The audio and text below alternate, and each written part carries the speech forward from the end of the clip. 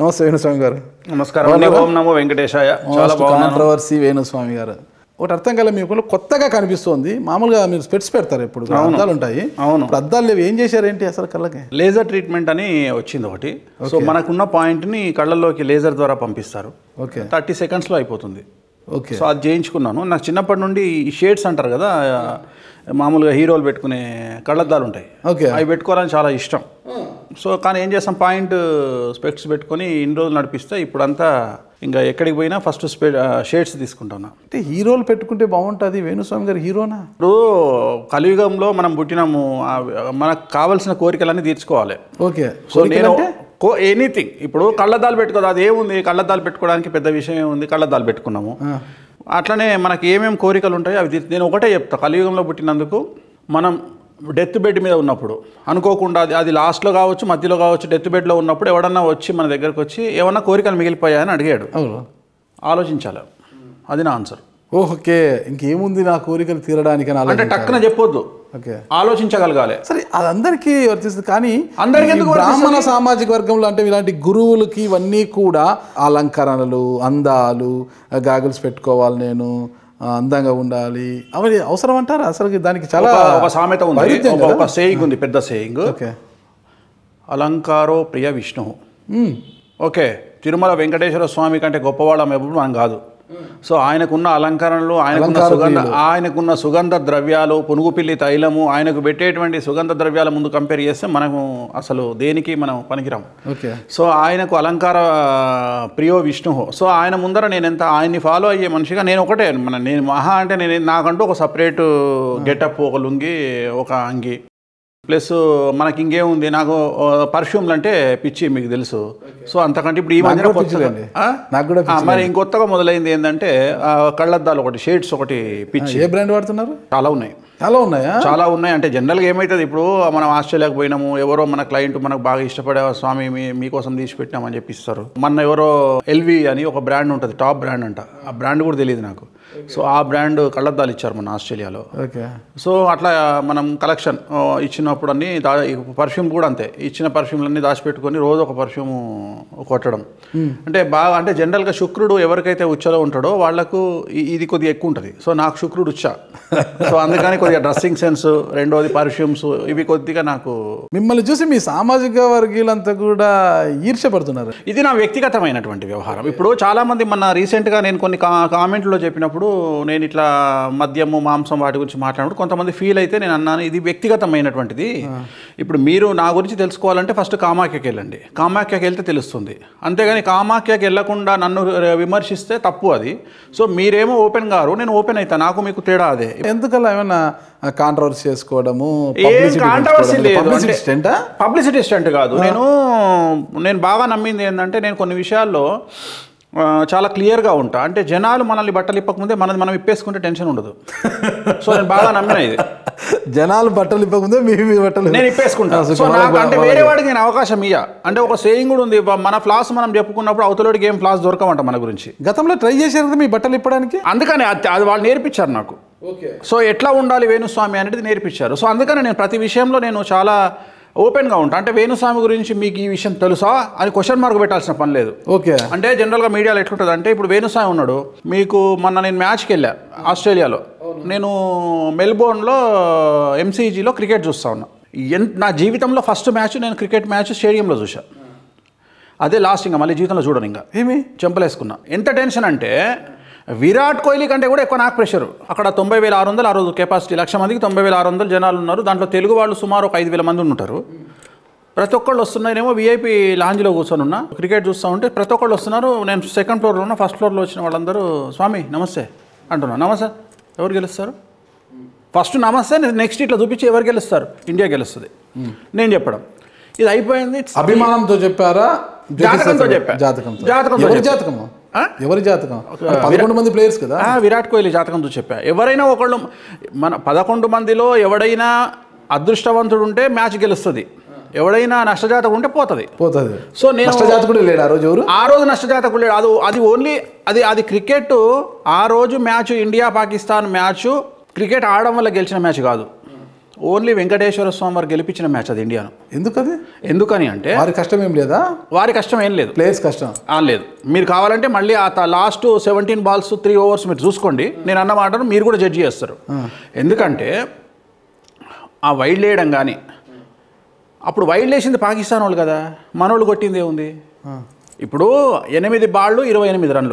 ఆ టైంలో కూడా నన్ను జనాలు వచ్చి అడిగారు, స్వామి ఏంది పరిస్థితి, ఎవరు గెలుస్తారని. అప్పుడు కూడా ఇండియా గెలుస్తుందని చెప్తున్నాను నేను. ఎందుకు అంత కాన్ఫిడెన్స్? నా పక్కన ఉన్న వాళ్ళు పిచ్చిలేసింది నన్ను డైరెక్ట్గా, పిచ్చిలేసింది వీడికి. నేను కూడా అదే అనుకుంటున్నా. ఎస్, పిచ్చిలేసింది వీడికి. అంటే నేను అక్కడ ఉన్న వాళ్ళందరూ -3 degrees రాత్రి 11 ఒక్కొక్కళ్ళు మందు తాగినా ఎవరికి ఎక్కట్లే. అంటే జనరల్గా ఇండియా కాదు కాబట్టి అక్కడ లిక్కర్ కూడా పర్మిషన్ ఉంటుంది కాబట్టి తాగుతూ మ్యాచ్ చూస్తూ ఉన్నారు. నేనేమో ఇట్లా ఇట్లనే పెట్టుకొని ఇట్లా సీరియస్ చూస్తున్నా, ఎవరు డిస్టర్బ్ చేయకండి. నాకు -3 చెమటలు కారుతున్నాయి టెన్షన్కి. అసలు ఒక్కొక్క బాల్ ఎక్కడికి వెళ్తుంది, 8 balls 28 runs మ్యాచ్ ఏ రకంగా వెళ్తుంది. ఒకవైపు ఏమో పాకిస్తాన్ వాళ్ళ హడావిడి తట్టుకోలేకపోతున్నాం స్టేడియంలో. అంటే ఇండియన్స్ అందరూ కళ్ళలో నీళ్లు ఉన్నాయి, పాకిస్తాన్ వాళ్ళు ఏమో రెచ్చగొడుతున్నారు మనల్ని. అంటే మేము గెలుస్తున్నామని తొడలు కొడుతున్నారు. నేనన్నా మీరు కొట్టండి తొడలు, ఇంకో 2 balls అయితే మీ తొడలన్నీ పుండైతాయి, ఆగండి మీరని నేను అనుకుంటున్నాను. కరెక్ట్గా ఒక్కొక్క బాల్కి మారిపోతూ ఉంది. అంటే లాస్ట్ బాల్ వరకు డిసిషన్ మేకింగ్ అనేది నాకు తెలిసి ప్రపంచ చరిత్రలో అలాంటి క్రికెట్ మ్యాచ్ ఇంకా మళ్ళీ మనం చూడలేము. కానీ నా అదృష్టం ఏంటంటే అలాంటి ఒక మ్యాచ్ నేను స్టేడియంలో లైవ్లో కూర్చొని చూసి, అది కూడా నేను చూసింది ఎలా చూశానంటే, నేను కూర్చున్న సూట్ ఎట్లా ఉంది అంటే కరెక్ట్గా ఇక్కడ నుండి బౌలింగ్, ఇక్కడ నుండి బ్యాటింగ్, అంటే అడ్డంగా క్రికెట్ ఫ్రేము, నేను ఇక్కడ సెంటర్లో ఉన్నా, క్లియర్గా కనిపిస్తుంది. ఎంత టెన్షన్ అంటే గెలిచిన తర్వాత బయటకు వచ్చిన తర్వాత అందరూ నాకు కంగ్రాట్స్ చెప్పడం. అంటే నేను అనుకున్నా విరాట్ కోహ్లీ కదరా గెలిపించింది, వెంకటేశ్వర స్వామి కదా గెలిపించింది, నాకు ఇస్తున్నారంటే జీవితంలో ఇంకొకసారి మ్యాచ్ చూడొద్దురా నాయన ఈ టెన్షన్కు. ఇంత టెన్షన్ ఏంది అంటే అప్పుడు. కానీ ఆ రోజు నేను ఒక విషయం తెలుసుకున్నాను. సో మనం చిన్న వాటికి టెన్షన్లు పడతాం, చిన్న సమస్యకు టెన్షన్ పడతాం. కానీ జీవితంలో ఆ రోజు మ్యాచ్ చూసిన తర్వాత నేను ఒకటి అర్థం చేసుకున్నా. లాస్ట్ బాల్ అశ్విన్ కొట్టాడు. సో అశ్విన్ ఏమనుకున్నాడంటే బయటకు వచ్చి ఇంటర్వ్యూలో చెప్పింది ఏంటంటే, ఒకవేళ నేను ఈ బాల్ ఆడలేకపోతే నేను రిటైర్మెంట్ ప్రకటిద్దాం అనుకున్నానంట స్టేడియంలో ఆ రోజు. అంటే నాకు అనిపించింది, మనము పనికి మాలిన చిన్న సమస్యలకి కొంపలు మునిగినట్టు మనం ఫీల్ అయితే వ్యక్తిగతంగా, భారతదేశాన్ని ప్రాతినిధ్యం వహిస్తున్నటువంటి ఒక విరాట్ కోహ్లీ, ఒక గంభీరు, లేకపోతే ఒక క్రికెట్ స్టార్స్ అందరూ స్టేడియంలో 1,00,000 మంది ప్రేక్షకుల సమక్షంలో కొన్ని 100 కోట్ల మంది టీవీలో చూస్తుండగా క్రికెట్ ఆడుతున్నారు అంటే వాళ్ళు ఎంత ప్రెషర్గా ఫీల్ అవుతారు. సో నాకు ఒక రియలైజేషన్ కలిగింది జీవితంలో. సో వీళ్ళని మనం ఇన్స్పిరేషన్గా తీసుకోవాలి. అంటే ఒక విరాట్ కోహ్లీని, వీళ్ళను మనము హార్దిక్ పాండ్యాను, ఇలాంటి వాళ్ళని ఇన్స్పిరేషన్గా తీసుకొని మనం జీవితాన్ని ముందుకు తీసుకెళ్ళాలి. సో ఖచ్చితంగా జీవితంలో టెన్షన్ పడొద్దు అని మరొకసారి నాకు నేను బూస్టింగ్ ఇచ్చుకున్నా. ఒక లెసన్ అనమాట, ఒక లెసన్. ఎందుకంటే అసలు ఏంటి ఆ బాల్ వాడు లాస్ట్కి వచ్చి అశ్విన్ అట్లా కొడితే అది 4 పోగానే ఇండియా విన్ను. అంటే ఆ బాల్ ముందు బాల్ సేమ్ వేస్తే కూడా వైడ్ పోయింది, అది అశ్విన్ దాన్ని ఆడకుండా వదిలేశాడు. ఒకవేళ దాన్ని ఏమాత్రం టచ్ చేసినా ఇండియా ఓడిపోయేది. నేను అదే చెప్తున్నా. అంటే ఇదంతా ఎవరో దగ్గరుండి, అదేదో అతడు సినిమాలో డైలాగ్ ఉంటుంది, ఒక మొక్కకు అంటు కట్టినట్టుగా, ఒక గోడను కట్టినట్టుగా కావాలని ఇండియా విన్ అవ్వడానికి ఆ వెంకటేశ్వర స్వామి దయ అనుకోవాలి ఆ రోజు. అసలు ఆ డిజైనింగ్, ఆ వైడ్ బాల్ ప్లస్ ఆ నో బాల్, డెడ్ బాల్ను వీళ్ళు 3 runs తీశారు, అది బోల్డ్ అయినా కానీ. సో ఒక విచిత్రమైన కాంబినేషన్లో జరిగినటువంటి మ్యాచ్ అది. సో ఆ రోజు నాకు అనిపించింది ఏంటంటే, ఖచ్చితంగా జీవితంలో మనం ఇన్స్పిరేషన్గా తీసుకోవాల్సింది క్రికెటర్స్ని. ఎందుకంటే వాళ్ళకు ఉండే ప్రెషరు. సో నేను అనేది ఏంటంటే, ఎప్పుడైతే ఒక నేషనల్ గేమ్ క్రికెట్ను ఒక దేశానికి ప్రాతినిధ్యం వహిస్తారో 100కి 100% వాళ్ళ క్రికెట్ వస్తేనే తీసుకుంటారు. సో ఇక్కడ వాళ్ళ గురించి మనకు శశభిషలు అవసరం లేదు, వాళ్ళ మీద అనుమానం అవసరం లేదు. అంటే ఈ బౌలర్ ఆడతాడా, ఈ బ్యాట్స్మెన్ ఆడతాడా అవసరం లేదు. ఎందుకంటే వాళ్ళకి ఆ స్థాయి ఉంటేనే ఆ 11కు 14 వస్తారు ఏది నేషనల్కు. ఎవరైతే స్టేడియంలో ఒత్తిడిని తట్టుకొని ఆడతారో వాళ్ళు విన్ అవుతారు. మరి పాకిస్తాన్తో గెలిపించిన వెంకటేశ్వర స్వామి మరి న్యూజిలాండ్తో సెమీఫైనల్లో ఎందుకు ఓడించాడంటారు? ఎవరు నష్టజాతకుడు ఎవరున్నారు? చాలామంది ఉంటారు. ఇప్పుడు దీనికి రివర్స్లో నేను ప్రశ్నిస్తాను, ఇదే ఈ పాకిస్తాన్ ఇండియా మ్యాచ్ ఓడిపోతే మీరు ఫీల్ అయ్యేవాళ్ళ, లేకపోతే సెమీఫైనల్ ఓడిపోయినందుకు ఫీల్ అయ్యారా? పాకిస్తాన్తో ఓడిపోతే ఇక అయిపోయింది. అందుకని ఏది ముఖ్యమో అది గెలిపించండి వెంకటేశ్వర స్వామి, అయిపోయింది. భారతదేశ జనాలు దేనికోసం అయితే బాధపడతారో ఆ బాధ లేకుండా చేసి పాకిస్తాన్తో గెలిస్తే కప్పు కొట్టినట్లనే, ఇంకా చాలు, మనకు అవసరం లేదు. నేను అనేది అది ఏంటంటే, కప్పు కాదు ఇంకా దానికంటే ఎక్కువ. సో అయిపోయింది. సో మనకి ఏదైతే అంటే నేను ఒక విషయం చెప్తా, దేవుడు వెంకటేశ్వర స్వామి ఇవ్వాలనుకుంటే భయంకరంగా ఇస్తాడు. ఎట్ ది సేమ్ టైం శని తీసుకోవాలనుకుంటే భయంకరంగా తీసుకుంటాడు.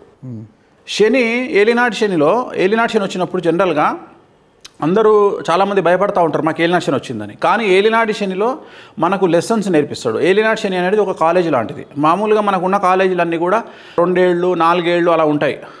ఎంబీబీఎస్ అయితే పీజీ అయితే 5 ఏళ్ళు లేదా ఎంబీబీఎస్ అయితే 5 ఏళ్ళు. కానీ 7.5 సంవత్సరాలు ఉంటుంది ఏలినాటి శని అనే కాలేజ్. ఈ కాలేజీలో మనకు బుద్ధి నేర్పిస్తాడు. మన వాళ్ళు ఎవరు, దొంగలెవరు, దొరలెవరు, మనకు సపోర్ట్ చేసేవాడెవడు, మనకు వెన్నుపోటు పొడిచేవాడెవడు, మన దగ్గర డబ్బు లేకుంటే మన జనాలు ఎట్లా చూస్తారు, ఇవన్నీ కూడా 7.5 సంవత్సరాలలో మనకు శని నేర్పిస్తాడు. సో ఇచ్చేటప్పుడు కూడా వెంకటేశ్వర స్వామి అయితే ఇచ్చేటప్పుడు 6 లెవెల్లో ఇస్తాడు. శని అయితే తీసుకునేటప్పుడు కూడా అంటే మనకి ఏదైతే ముఖ్యమో జీవితంలో దాన్ని తీసుకుంటాడు. అట్లనే వెంకటేశ్వర స్వామి మనకు పాకిస్తాన్ ఇండియా మ్యాచ్ గెలిపియాలి కాబట్టి దానివల్ల మనం ఆనందం పొందుతాం కాబట్టి అది ఇచ్చాడు. మనం లైట్ తీసుకునే మ్యాచ్ని పోగొట్టాడు. ఓకే, చాలా కరెక్ట్ చెప్పారు. నాకు ఒకటి అర్థం కాదు, వేణుస్వామి గారు ఈ మధ్యన ఇంగ్లీష్ బాగా నేర్చుకున్నట్టున్నారు. ఫారెన్ వెళ్తే కొద్దిగా నేర్చుకోవాలి కదా. ఇప్పుడు మన ఏమైంది, నేను ఆస్ట్రేలియా వెళ్తే అక్కడ ఉండేవాళ్ళు సో ఇక్కడ నుండి కొంతమంది మనకు ఏం చేశారంటే స్వామి వచ్చేటప్పుడు మా బ్యాగ్ తీసుకురండి అన్నారు. తీసుకొని వచ్చి దాంట్లో వాళ్ళు ఏం చేశారంటే ఇక్కడ నుంచి చెప్పిన వాళ్ళు నా క్లయింట్స్ అక్కడ నా ఫాలోవర్స్ ఉంటారు కదా. సో వాళ్ళు ఒక బ్యాగ్ తీసుకురండి స్వామి మాది, ఎందుకంటే నేను బిజినెస్ క్లాస్లో పోతున్నా కాబట్టి నాకు దగ్గర ఒక 50 కిలోల లగేజ్ వచ్చింది, ఎక్కువ లగేజ్ నా దగ్గరే ఉన్నాయి. నా దోతులు అన్నీ కలిపితే నాకు 15-20 కిలోలు కూడా లేదు. మిగిలిన 30 కేజీలు ఏం చేశారు వాళ్ళు, దాంట్లో అన్ని బిస్కెట్స్ కొన్ని ఐటమ్స్ అన్ని పెట్టి పంపిస్తే తీసుకెళ్తున్నా. కరెక్ట్గా ఎయిర్పోర్ట్లో ఆస్ట్రేలియాలో దిగిన తర్వాత నేను అన్నిటికీ నో అని టిక్కు పెట్టిన. వాళ్ళు ఏం చెప్పారు, దాంట్లో ఏంటి మీరు ఏమన్నా పచ్చళ్ళు తెస్తున్నారా అవి తెస్తున్నారా అన్నీ నో అని పెడితే ఆమె ఇట్లా చూసింది ఇమిగ్రేషన్లో, చూసి ఈడేదో తేడాగాడున్నాడు, వీడు అన్ని తప్పులు పెట్టినట్టు అని చెప్పేసి నువ్వు వేరే లైన్లోకి పో అని పంపించింది. నేను వెళ్ళి లగేజ్ తీసుకొని వెళ్ళగానే కుక్ వచ్చింది, ఆ డాగ్ సెక్యూరిటీ డాగ్ వచ్చి 3 ప్రదర్శనలు చేసింది నా చుట్టూ, చేసి నా బ్యాగ్ మీద కాలు పెట్టి కూర్చుంది. అంతే. ఇప్పుడు మనం చెప్పేది వాడికి అర్థం కావాలంటే కొద్దిగా గొప్ప మనకు వచ్చిన ఇంగ్లీష్ నేర్చుకోవాలి. నాకు ఇంగ్లీష్ అర్థమవుతుంది విపరీతంగా, ఎందుకంటే క్రికెట్ చూసేవాడిని కాబట్టి, కానీ మాట్లాడలేను. ఓకే, హిందీ అలా హైదరాబాద్ కాబట్టి హిందీ విపరీతంగా మాట్లాడతా, కానీ ఇంగ్లీష్ రాదు. ఇంకా మేనేజ్ చేయడానికి నేర్చుకున్నా. అంటే ఇప్పుడు వేరే దేశానికి పోయినప్పుడు కొద్దిగా గొప్ప మేనేజ్ చేస్తే ఎస్సును ఏదో అవతలకు మనం చెప్పగలిగింది కమ్యూనికేట్ చేస్తే బాగుంటుందనే ఉద్దేశంతో కొద్దిగా నేర్చుకుంటున్నా. సో దానివల్ల ఆ ఇంట్రెస్ట్, ఎందుకంటే ఇప్పుడు ఒంటరికి వెళ్తాము, ఎవరో మనకు తెలిసిన అరే నువ్వు మాట్లాడరా బాబు అంటాం, కానీ ఎవరు లేనప్పుడు ఏం మనమే మాట్లాడుకోవాలి కాబట్టి ఇమిగ్రేషన్లలో ఇంకెక్కడనో టికెట్ దగ్గరనో మాట్లాడుకోవాలి కాబట్టి కొద్దిగా ఇంగ్లీష్ ట్రై చేయడానికి ప్రయత్నం చేస్తాం. మరి ఇట్లా ట్రైన్ చేస్తూ కొద్దిగా అంతో ఇంతో మాట్లాడుతూ ఇట్లా మేనేజ్ చేయడానికి మాట్లాడే మీరు ఇంగ్లాండ్ క్రికెటర్ సోదీకి ఎలా జాతకం చెప్పారు? అసలుకి ఇండియా బ్యాక్గ్రౌండ్ ఉన్నటువంటి మనిషి తెలుసు. సో అందువల్ల ఏంటంటే నేను హిందీలో చెప్పిన, నాకు చాలా ఈజీ అయింది. హిందీలో జాతకం హిందీ బాగా వస్తుంది, ఆయనకి ఫుల్ మాట్లాడతాడు హిందీ.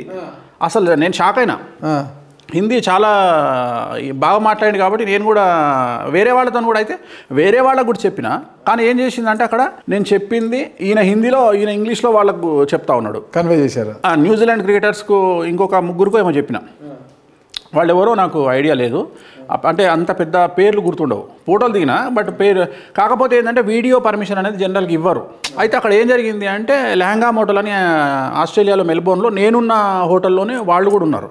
సో అందువల్ల ఏంటంటే ప్రతిరోజు మార్నింగ్ బ్రేక్ఫాస్ట్కి వేణుస్వామి చాలా కాస్ట్లీ స్వామి. ఇప్పుడు ఉదాహరణ నేను మీ ఊరికి వస్తున్నా అనంతపూర్, ఫోన్ కొట్టా, స్వామి మీరు వచ్చేయండి నేను ఉన్నా కదా అంటారు. ఖచ్చితంగా. అట్లనే ఆస్ట్రేలియాలో కూడా ఫోన్ కొట్టగానే నేను ఉన్నగా స్వామి మీరు వచ్చేయండి అంటారు. ఏ స్వామి మాకు హైదరాబాద్లోనే మాట్లాడారు, మీకు ఆస్ట్రేలియాలో మాట్లాడుతున్నారు స్వామి. అదే మరి మా వస్తుంటే మాకు హైదరాబాద్లో రూమ్ పెట్టేవాళ్ళు లేదు స్వామి.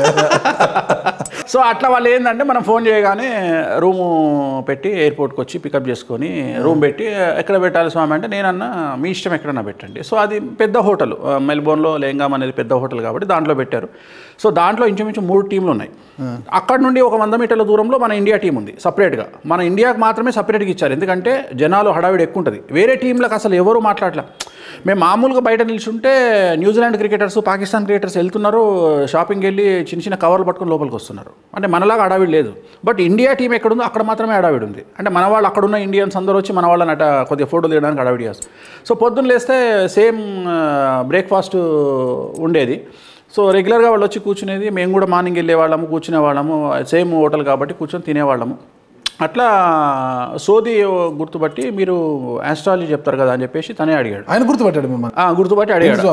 అది గ్రేట్, అది ప్లాస్టింగ్స్ చేస్తున్నారు, అది చాలా సంతోషం అనిపించింది నాకు కూడా. అంటే అవును అంటే సరే వాళ్ళ ఆవిడ గుర్తుపడతాడు మిమ్మల్ని? యూట్యూబ్లో చూసి ఉంటాడు, నాగరాజు గారి ఇంటర్వ్యూ చూసి ఉంటాడు. అయ్యో నమస్కారం స్వామి. చూసి మా చోటుకే అవుగా అని వాళ్ళ పాపను వాళ్ళ ఆవిడని పంపించేసి వచ్చి కూర్చొని మాట్లాడాడు. నేనేం చేసిన, ఆల్రెడీ నాకు కొద్దిగా అలవాటు ఏంటంటే ప్రతి మనిషికి సంబంధించింది ఇమీడియట్గా వికీపీడియా నుండి తీసుకొని అంచనా వేస్తా. వాళ్ళ పర్సనల్ లైఫ్ ప్రస్తుతం ఉన్నటువంటి వాళ్ళు వికీపీడియాలో ఉన్నదాన్ని రెండు కంపేర్ చేస్తా. కంపేర్ చేసి నిజమా కాదా అని అనలైజ్ చేస్తా. టక్కున నా దగ్గర రెడీగా ఉంది ఈయనది. నేనేం చేసిన ఇమీడియట్గా చూసి మీది పూర్వాషాఢ నక్షత్రము పలాంటి రాశి అంటే హిందీ ఆయనకు అర్థమైంది. It is my correct date of birth అన్నాడు.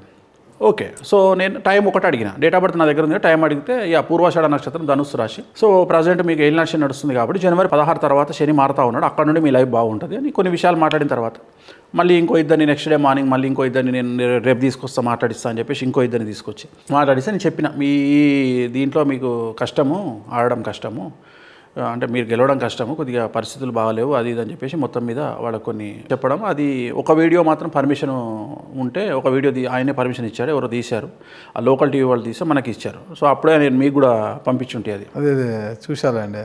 ఇయాన్ సోది అనుకుంటా ఆయన పేరు. ఇయాన్ సోది అంటే ఆ సోది అనే పేరు ఒకటే తెలుసు. నేనేం చేసేవాడిని అంటే నాకు అంటే మన ఇండియా వరకు బాగా తెలుసు. అంటే నేను ఎక్కువ టెండూల్కర్ ఎప్పుడైతే డ్రాప్ అయ్యాడో తర్వాత నేను క్రికెట్ చూడడం సోది అతని పేరు నేను ఆపేసా, అప్పటికి ఆపేశాను. ఇండియా టెండూల్కర్ ఆగిపోయిన తర్వాత నేను ఏం చేసేవాడిని, క్రికెటర్ ఫోటో దిగిన తర్వాత ఇమ్మీడియట్గా మా వాళ్ళకి ఇక్కడ ఇండియా పంపించేవాడిని. పంపిస్తే మా వాళ్ళు ఈ పేరు చెప్పేవాళ్ళు. అంటే మా బావమరిది వీళ్ళందరూ కొద్దిగా ఫాస్ట్ క్రికెట్లో టక్కున చెప్తుండే, బావ పలానా పేరు అని చెప్తుండే, వీడు ఫాస్టెస్ట్ బౌలరు.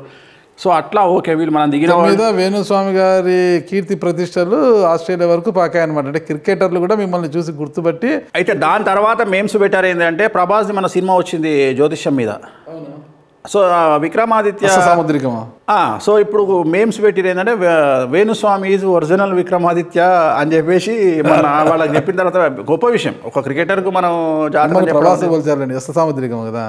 సో దీన్ని కంపేర్ చేస్తూ పామిస్ట్రీ, సో దీన్ని కంపేర్ చేస్తూ వాళ్ళు పెట్టారు వేణుస్వామి ఈజ్ విక్రమాదిత్య అని చెప్పి. మీకు నచ్చింది ఆ సినిమా? నాకు నచ్చింది. టోటల్గా క్లైమాక్స్లో పోయింది సినిమా. యాక్చువల్గా కృష్ణంరాజు గారు ఆ సినిమాలో పూజలు చేస్తుంటారు, రెమెడీస్ చేస్తుంటారు.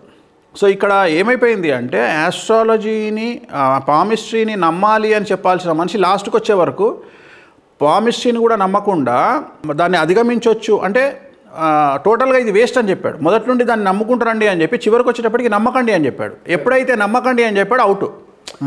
సో కలియుగంలో భక్తి అనేది ఉండదు, భయమే ఉంటుంది. ఆస్ట్రాలజీ చూయించుకున్న అంతే, అది దాని రూలు.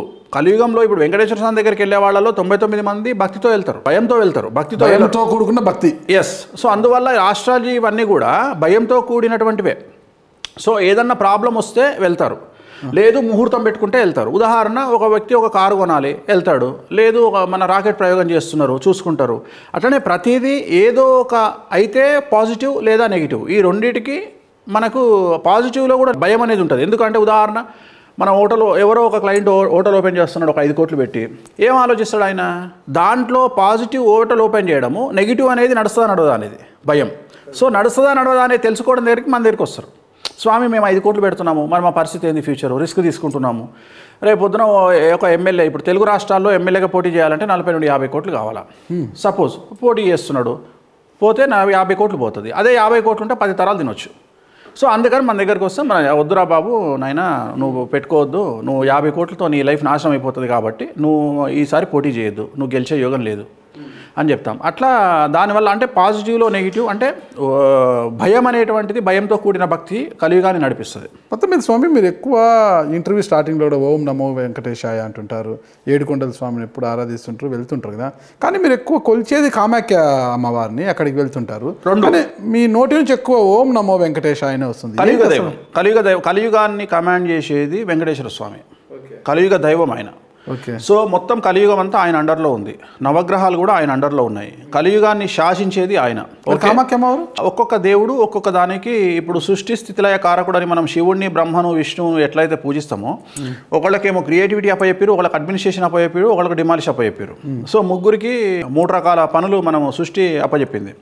సో వెంకటేశ్వర స్వామి వారు ఫైనాన్షియల్గా మనం ఎంత నమ్మితే మనకు అంత తిరిగిస్తాడు స్వామి.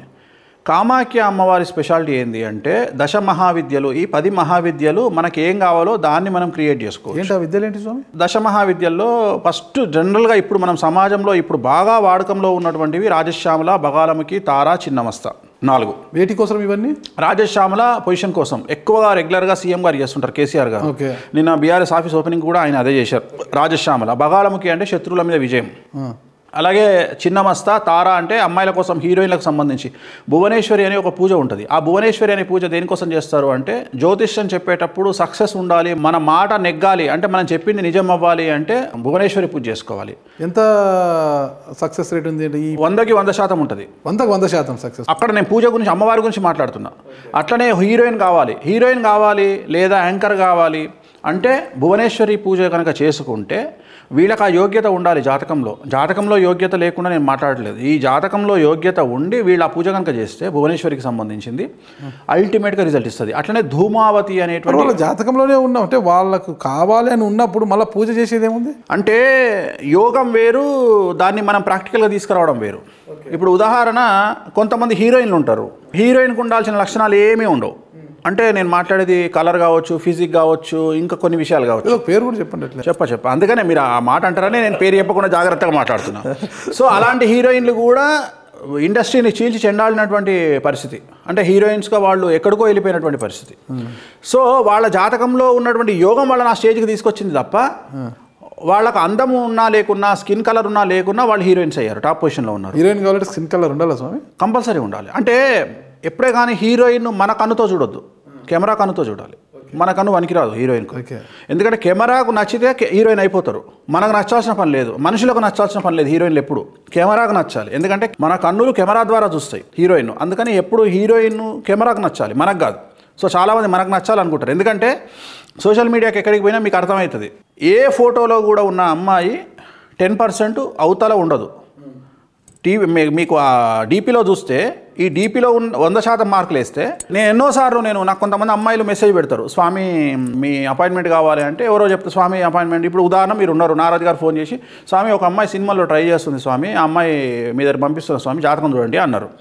అమ్మాయి ఏం చేయాలి, వాట్సాప్లో మెసేజ్ పెట్టింది నాకు, స్వామి నారాజు గారు మీ నెంబర్ ఇచ్చారు, నేను ఎప్పుడు రమ్మంటారు, సరే అమ్మ 2 గంటలకు రా అంటే అప్పుడు అమ్మాయి డీపీ చూస్తాను. నేను డీపీ చూస్తే అబ్బా సమంత రకుల్ ప్రీత్ సింగ్ అనుకొని ఫోన్ పెట్టేసుకుంటా. తీరా నా రూమ్లోకి వచ్చిన తర్వాత చెప్పమ్మా ఎవరు మీరు, అదే స్వామి నారాజు గారు. నువ్వా నారాజు గారు చెప్పింది, ఫోటోలో ఏందమ్మా ఇట్లున్నావు, నువ్వేంది ఇట్లున్నావు అంటే అంత వ్యవహారం ఉంటుంది. మాయా, మేకప్ మాయా. సో అందుకనే మనం చూసేది కాదు, కెమెరా చూసేది కావాలి. కెమెరా మేకప్ ఉన్నా ఎట్లా చూస్తుంది, లేకున్నా ఎట్లా చూస్తుంది. కానీ ఇండస్ట్రీలో అది లేదు కదా స్వామి, ఫస్ట్ కెమెరా కన్నా వాళ్ళు చూస్తేనే తప్పది. వాళ్ళు కూడా ఇంత ఓకే చేసిన చివరికి మళ్ళీ ఏం చేస్తారు, ఫోటో సెషన్ చేస్తారు. అందుకనే ఫోటో సెషన్ చేసినాకనే ఓకే. అందుకని కెమెరా కన్నే ముఖ్యం. అమ్మాయిని చూడడానికి, ఒక హీరోని చూడాలన్నా మనం కెమెరాకి ఎట్లా కనిపిస్తున్నాం అనేది ముఖ్యం. మనిషి కన్ను నచ్చిన తర్వాత మళ్ళీ కెమెరా కన్ను నచ్చాలనుకుంటా అట్లా ఏముండదు. ఎందుకంటే అదే చెప్తున్నా నేను, మేకప్ వేసిన తర్వాత సినిమా మారిపోతుంది. ఈ మధ్యన మీరు చూసింటారు, మొన్న ఎవరో ఒక అమ్మాయి పెళ్ళైన తర్వాత బయట నెక్స్ట్ డే చూసి డివోర్స్ ఇచ్చేసి 20 లక్షల మేకప్ అంట అమ్మాయికి, నార్త్ ఇండియాలో ఓన్లీ మేకప్కి 20 లక్షలు అయిందంట. ఏజ్ గ్యాప్ ఏదో సమ్ గొడవ అయ్యి అమ్మాయిని డివోర్స్ ఇచ్చాడు. నువ్వు అసలు ఆ అమ్మాయి మొత్తం మారిపోయింది. సో సహజం అనుకోండి. ఈ మధ్యన మనం మేకప్కు చాలా, మీరు ఇందాక ఒక మాట అన్నారు కదా, మీరు లగ్జరీగా కళ్ళద్దాలు పెట్టుకుంటున్నారు, మేకప్కు ఖర్చు పెట్టే దాని మీద కంపేర్ చేస్తే అసలు దేనికి పనికిరాం మనం. అసలు స్ట్రైట్గా చెప్పండి, వేణుస్వామి గారు యోగా భోగి ఏం ఒప్పుకుంటారు స్వామి మీరు? జూబిలీ హిల్స్లో ఉండే వాళ్ళందరూ భోగులే, అంతేనా? మాదాపూర్లో ఉండే వాళ్ళందరూ భోగులే. రాజభోగి వేరు, రాజయోగి వేరు. ఓకే, తేడా ఏంటి? రాజయోగము అంటే సీట్లో కూర్చోవాలి. Collector, principal secretary, CM, MLA, minister, వీళ్ళందరూ రాజయోగులు. రాజభోగులు అంటే జీవితంలో లగ్జరీ అనుభవించేవాళ్ళు, కార్ అనుభవించేవాళ్ళు, ఒక మంచి సెంటు కొట్టుకునేవాళ్ళు, మంచి బట్టలు వేసుకునేవాళ్ళు, అంటే భోగాలను అనుభవించే వాళ్ళని రాజభోగులు అంటారు. సీట్లో కూర్చునే వాళ్ళని రాజయోగులు అంటారు. యోగులకు భోగులకు చాలా తేడా ఉంది. సో భోగులందరూ యోగులు కాలేరు, యోగులందరూ భోగులు కాలేరు. ఓకే, ఉదాహరణ చెప్తా మీకు. ఒక స్టేట్ సీఎం అయిన తర్వాత భోగాలన్నీ వదిలేయాల్సి వస్తుంది. పేరుకు మాత్రమే ఎస్కాట్ ఉంటుంది, వ్యాన్లు ఉంటాయి, కానీ వాళ్ళు కోరుకున్న ఏవి వాళ్ళు నెరవేర్చుకోలేరు. ఎందుకంటే వాళ్ళ మీద నిఘా నేత్రం ఉంటుంది కాబట్టి వాళ్ళు కనీసం మనస్ఫూర్తిగా ఒక హోటల్ కూడా వెళ్ళలేరు మనలాగా. సో అందుకనే యోగులు వేరు, భోగులు వేరు. సో యోగం ఉన్న దగ్గర భోగం చాలా తక్కువగా ఉంటుంది. ఇప్పుడు మన ఉదాహరణ, ఇప్పుడు రాహుల్ గాంధీ గారు ఉన్నారు. రాహుల్ గాంధీ గారు వేసుకునే బట్టలు మొత్తం కలిపితే 3,000 రూపాయలు ఉంటాయి. ఎందుకంటే ఆయన వేసుకునే జీన్స్ ప్యాంట్ ఒక 2,000, ఆయన వేసుకునే కుర్తా ఒక 1,200. అదే సోనియా గాంధీ గారు కట్టుకునే చీర 2,000 రూపాయలు ఉంటుంది. ఆమె కాటన్ శారీస్ కట్టుకుంటుంది. సో వాళ్ళు కొనే షాప్స్ మీకు తెలుసా స్వామి బాగా? కాదు, అంటే నేను రాహుల్ గాంధీ గారితో మాట్లాడినా కాబట్టి నేను చెప్తున్నాను. నేను అడిగిన మీరు ఇంత సింపుల్గా ఏముంటారంటే, ఆయన ఏమన్నాడంటే, నాకు సాంబార్ రైస్ అంటే చాలా ఇష్టము, మా ఇంట్లో వంట మనిషి ప్రతిరోజు సాంబార్ రైస్ చేస్తాడు, నాకు సాంబార్ రైస్ లేనిది నేను తినను, చాలా ఇష్టం నాకు సాంబార్ రైసు, సో మీరు తినేటివి నేను తింటా, మీ ఇడ్లీ సాంబార్ అంటే నాకు ఇష్టం అని చెప్పి ఆయన చాలాసేపు మాట్లాడాడు. అందువల్ల ఆయన ఏం బట్టలు తెలుసారు మీరు ఇట్లా ఉంది జాతకం అంటే పెళ్లి యోగం ఉందా లేదా వాటి గురించి లేదా పెళ్లి అదే ఆల్రెడీ పెళ్లి యోగం మనం ఆల్రెడీ మాట్లాడాం. ఆయనకు పెళ్లి యోగం లేదు వంశం ఎలా నిలబడుతుంది అదే పెళ్లి యోగం లేదు, ప్రధానమంత్రి యోగం లేదని మనం ఆల్రెడీ ఇంతకుముందు మనం ఒక ఇంటర్వ్యూలో ఎప్పుడో మాట్లాడుకున్నాం, 4 ఏళ్ల క్రితం మాట్లాడుకున్నాము. సో అది ఆయనకు ఆ యోగం లేదు. సో చాలామంది అట్లా సింపుల్గా కొంతమంది మంచిగా తయారయ్యే, ఉదాహరణ డీకే అరుణ గారు ఉంటారు. డీకే అరుణ గారికి ఆమె బట్టలకు ఫ్యాన్స్. ఓకే, నేను ఆమెతో నన్ను అమ్మ మీరు కట్టుకునే బట్టలకు, మీ చీరలకు, మీ నగలకు ప్రతి అమ్మాయిలు బయట వెయిట్ చేస్తూ ఉంటారు, మీరు బయటకు వచ్చి ఒక ఇంటర్వ్యూలో కూర్చుంటే మీరు ఏ చీర కట్టుకున్నారు, మీరు ఏమి నగలు వేసుకున్నారు, మీకు ఫ్యాన్స్ ఉన్నారు అంటే పేరుకి ఆమె ఇప్పుడు రాజయోగి రాజభోగి. ఎందుకు అడిగానంటే వేణుస్వామి గారు ఇక్కడ ఉన్నప్పుడు పంచె కట్టుకొని మంచి షర్ట్ వేసుకొని చాలా ఇది ఉంటారు. బయటికి వెళ్ళగానే మన ఇటీవల దుబాయ్కి వెళ్ళారు, ఆస్ట్రేలియా వెళ్ళిపోయినాక జీన్స్ ప్యాంటు, టీ షర్టు, దాలు తలకు అదేదో స్క్రాప్ కట్టేస్తారు, అసలు చాలా హైఫైగా ఉంటారు. When you are in Roman be a Roman అన్నాడు కదా, ఇప్పుడు రోమన్లో ఉన్నప్పుడు రోమన్ లాగా ఉండాలట. సో సహజం కదా, నేను అదే చెప్తున్నా. ఇప్పుడు బయట దేశంకి వెళ్ళినప్పుడు, ఇప్పుడు సముద్రంలోకి పోయినప్పుడు షార్ట్స్ వేసుకోకుంటే పూర్తి ప్యాంట్ వేసుకొని తడుపుకుంటామా? ప్యాంటును తడుపుకోం కదా. అట్లనే మనం మంచి చెప్పులు వేసుకుంటాం, ఆ చెప్పులు వదిలేసి సముద్రంలోకి వెళ్ళేటప్పుడు స్లిప్పర్స్ వేసుకోవాల్సి వస్తుంది. సో సహజం కదా, అందుకనే మనం ఎక్కడ ఉంటే అక్కడ ఉండాలా. సో రెండోది ఏంటంటే, నేను అన్నిటికంటే ముఖ్యమైన విషయం ఏంటంటే నేను చెప్పదలుచుకుంది, నేనేం అర్చకుని కాదు. నేను అన్నిటికంటే ముఖ్యం, నేను అర్చకుని కాదు, నేను గుళ్ళో పూజలు చేసే అర్చకుని కాదు. రెండోది నేను పురోహితుని కాదు. సో నేను ఆస్ట్రాలజరు, అది నా ప్రొఫెషన్, రైట్. సో నేను సామాజిక వర్గ పరంగా అది కొంత ఇది చూస్తారు. ఏం లేదు దాన్ని మీరు చేసిన కామెంట్స్ అంటే మద్యం తాగుతా మాంసం తింటాను, నేను అమ్మవారిని కొలుస్తాను కాబట్టి అక్కడ అది ప్రసాదాలుగా పెడతాను కాబట్టి ఆ మద్యం కాస్త నేను తీసుకుంటాను, మటన్ కూడా తింటాను, నాకేం ఇది లేదు, అదేం దోషం కాదన్నారు. అంతేకాకుండా ఇంకోటి కూడా ఒక వీడియో సెక్స్ చేస్తూ కూడా అమ్మవారిని ఆరాధించవచ్చు అనేది అన్నారు. సెక్స్ చేస్తూ కాదు, నేను అన్నది ఏంటంటే సెక్స్ చేస్తూ అనలేదు. కామాఖ్య దేవాలయంలో యాక్చువల్గా మనం చేసేది అంటే ఏ లెవెల్కి వెళ్ళిపోతుంది అంటే, అమ్మవారిని పూజించాలంటే ఇది ప్రతి బ్రాహ్మణుడికి తెలుసు, ప్రతి పండితుడికి తెలుసు. అమ్మవారిని పూజించాలంటే పంచమకారాలు కావాలి. పంచమకారాలు అంటే 5 మాలు కావాలి. మాతోని స్టార్ట్ అయ్యే వస్తువులు 5 కావాలి. ఏమిటి? మద్యము, మాంసము, ముద్ర అంటే మేము వేసే ముద్రలు ఓకే పూజకి, మంత్రము, మైథునము అంటే సెక్స్.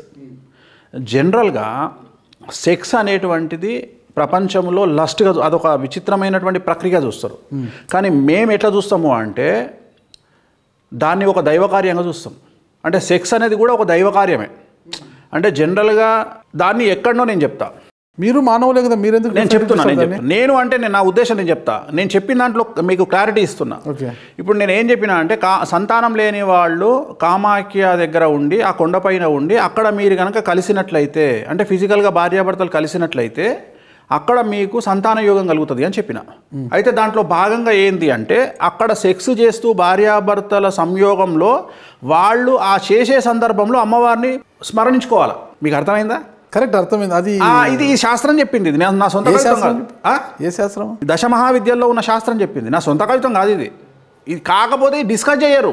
ఇక్కడ వచ్చిన ప్రాబ్లం ఏంటంటే, మీరు ఏమన్నారు, సెక్స్ అనేది ఒక మహాకార్యము అన్నారు. ఎస్, ఆ కార్యాన్ని చేస్తున్నప్పుడు అమ్మవారిని స్మరించుకుంటూ చేయడం ఏంటి? దశమహావిద్యల్లో ఉన్నటువంటి గొప్పతనం అది. ఖచ్చితంగా చేయాల్సిందే. మీరు ఆ 10 మంది అమ్మవార్లకు ఖచ్చితంగా సెక్స్ చేసేటప్పుడు మీరు అమ్మవారిని తలుచుకోకపోతే ఒకటి దొరకనట్టే అమ్మవారికి, అది ఇయ్యనట్టే.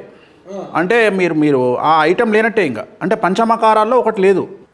పంచమకారాల్లో 5 ఇవ్వాల్సిందే కదా. ఇప్పుడు పూజకి మద్యం పెడతాం, మాంసం పెడుతున్నాం. మాంసం అంటే మేక మాంసం పెడుతున్నాము, ముద్ర ఉంటుంది, మంత్రం ఉంటుంది, సెక్స్ ఒకటే లేదు. సో మేమేం చేస్తామంటే పూజ చేసేటప్పుడు అయ్యగారులు ఉన్నారు, స్మరించుకుంటాం. అంటే కళ్ళు మూసుకొని ఆ ఒక్క సంయోగ ప్రక్రియను మన మనసులో గుర్తు చేసుకొని అమ్మవారికి సమర్పిస్తాం. ఉదాహరణ చెప్తా, మీరు గణపతి పూజ చేస్తున్నారు, ప్రతి సంవత్సరం నవరాత్రులు చేస్తారు, 9 రోజులు చేసి 10వ నాడు నిమజ్జనం చేస్తారు. అయ్యగారు ఏమంటాడు, అక్షతలు ఇచ్చి సువర్ణ పుష్పం సమర్పయామి అంటే మీ ఇంటికి తీసుకొచ్చి బంగారం ఇస్తారా? మీరేమన్నా అక్షతలు ఇచ్చి మీరు ఏమంటున్నారు? సువర్ణ పుష్పం సమర్పయామి, సువర్ణ యజ్ఞోపవీతం సమర్పయామి అంటున్నారు. అంటే మీరు ఇచ్చే అక్షతలు సువర్ణ యజ్ఞోపవీతం అంటే బంగారు యజ్ఞోపవీతం, నాకున్నది బంగారు యజ్ఞోపవీతం సమర్పయామి. నాకు నార్మల్ ఉంది, బంగారం అనేరు మీరు. ఆయన యజ్ఞోపవీతం సమర్పయామి అంటే మీరు ఊహించుకోమంటున్నారు. ఊహించుకోవడంలో తప్పే ఉంది, బంగారం కాకపోతే డైమండ్ అందాం. సో స్వామి మన స్వామి కదా. సో అట్లనే ఇక్కడ కూడా మేము ఏం చేస్తున్నాము, ఊహించుకుంటున్నాం. ఏమని, మేము పూజ చేసేటప్పుడు ఒక్కసారి అమ్మవారికి ఏమేమి నైవేద్యాలు రావాలి, ఆ పంచమకారాలలో ఏదైతే మకారం రావాలనో, మైథునము సెక్స్ రావాలనో, అప్పుడు ఏమనుకుంటామంటే పూజ చేసేటువంటి అయ్యగారు కళ్ళు మూసుకొని ఒక్కసారి ఆ సంయోగ ప్రక్రియను స్మరించుకొని అమ్మవారికి సమర్పిస్తాడు. సో ఇది నిజంగా మాట్లాడే విధానం. నేను ఒక్కడనే మాట్లాడుతున్నా, ఎవరు దీని గురించి డిస్కస్ చేయరు. ఎందుకంటే నేను ఓపెన్గా చెప్పుకోవాలనుకుంటున్నాను కాబట్టి. ఇది తెలియాలంటే మీరు ఎక్కడికి వెళ్ళాలి, కామాఖ్యకి వెళ్ళాలి. హైదరాబాద్లో కూర్చొని డిస్కషన్ చేస్తా అంటే నడవదు. ఇప్పుడు ఎవడో నన్ను వచ్చి విమర్శించిండు అంటే, అరే బాబు నువ్వు కామాఖ్యకు పోయి అక్కడ కూర్చొని మాట్లాడు. 5,000 రూపాయలు ఫ్లైట్ టికెట్ ఉన్నటువంటి కామాఖ్య ఫ్లైట్ టికెట్ ఇవాళ 17,000 అయింది ఒక సింగిల్ టికెట్. ఏ స్టేట్ అస్సాం ఉండేది? అస్సాం, బంగ్లాదేశ్ బార్డర్, అస్సాం గౌహతి నీలాచలం అనే కొండ మీద ఉంటుంది అమ్మవారు. ఇవాళ ప్రతి ఫ్లైట్ మనం ఉదయం 9:50 ఉంటుంది హైదరాబాదు, ఇంచుమించు 90% అమ్మవారి దగ్గరికి వెళ్తున్నారు. ఓకే. సో అంత డెవలప్ అయింది. పిల్లలు లేని వారు ఆసుపత్రుల చుట్టూ తిరగకుండా అక్కడికి వెళ్ళి అమ్మవారిని తలుచుకొని అక్కడ కలిస్తే పిల్లలు అవుతారు అంటారు మీరు. ఇప్పుడు అసలు ఆసుపత్రి చుట్టూ అనేది క్వశ్చన్ మార్క్. ఎందుకంటే 4 లక్షల 5 లక్షల కణాలు క్రియేట్ అయితే సంయోగ ప్రక్రియలో ఒక్కటి సక్సెస్ అయితే మనం పుట్టినాము. నాగరాజు పుట్టిండు, వేణుస్వామి పుట్టిండు, ఒకటే కణము. సో స్పర్మ్ కౌంట్ తక్కువ ఉంది, ఆ కౌంట్ తక్కువ ఉంది, ఈ కౌంట్ తక్కువ ఉంది, ఇవన్నీ పక్కన పెట్టండి. అసలు 50% భారతీయులకు, 50% జనాలకు, కొత్తగా పెళ్ళైన వాళ్లకు ఎప్పుడు కలిస్తే సంతానం అవుతుందో కూడా తెలియదు. ఎందుకంటే మనం ఇట్లాంటివి మాట్లాడుకోము. మనం ఎట్లుంటాయి అంటే చేసేటి పెద్ద పెద్ద కార్యాలు చేస్తాం మనం, కానీ మనం ఓపెన్గా మాట్లాడుకున్నప్పుడు మాత్రం మనకు నోరు రాదు. మనకు ఎగ్జాంపుల్ చెప్తా. గరికబాడి నరసింహారావు అనేటువంటి వ్యక్తి ఒక అమ్మాయిల వస్త్రధారణ గురించి మాట్లాడితే అమ్మనాభూతులు తిట్టి, పండితుడిని బండబూతులు తిట్టి ఒక ఆట ఆడుకున్నారు చాలామంది.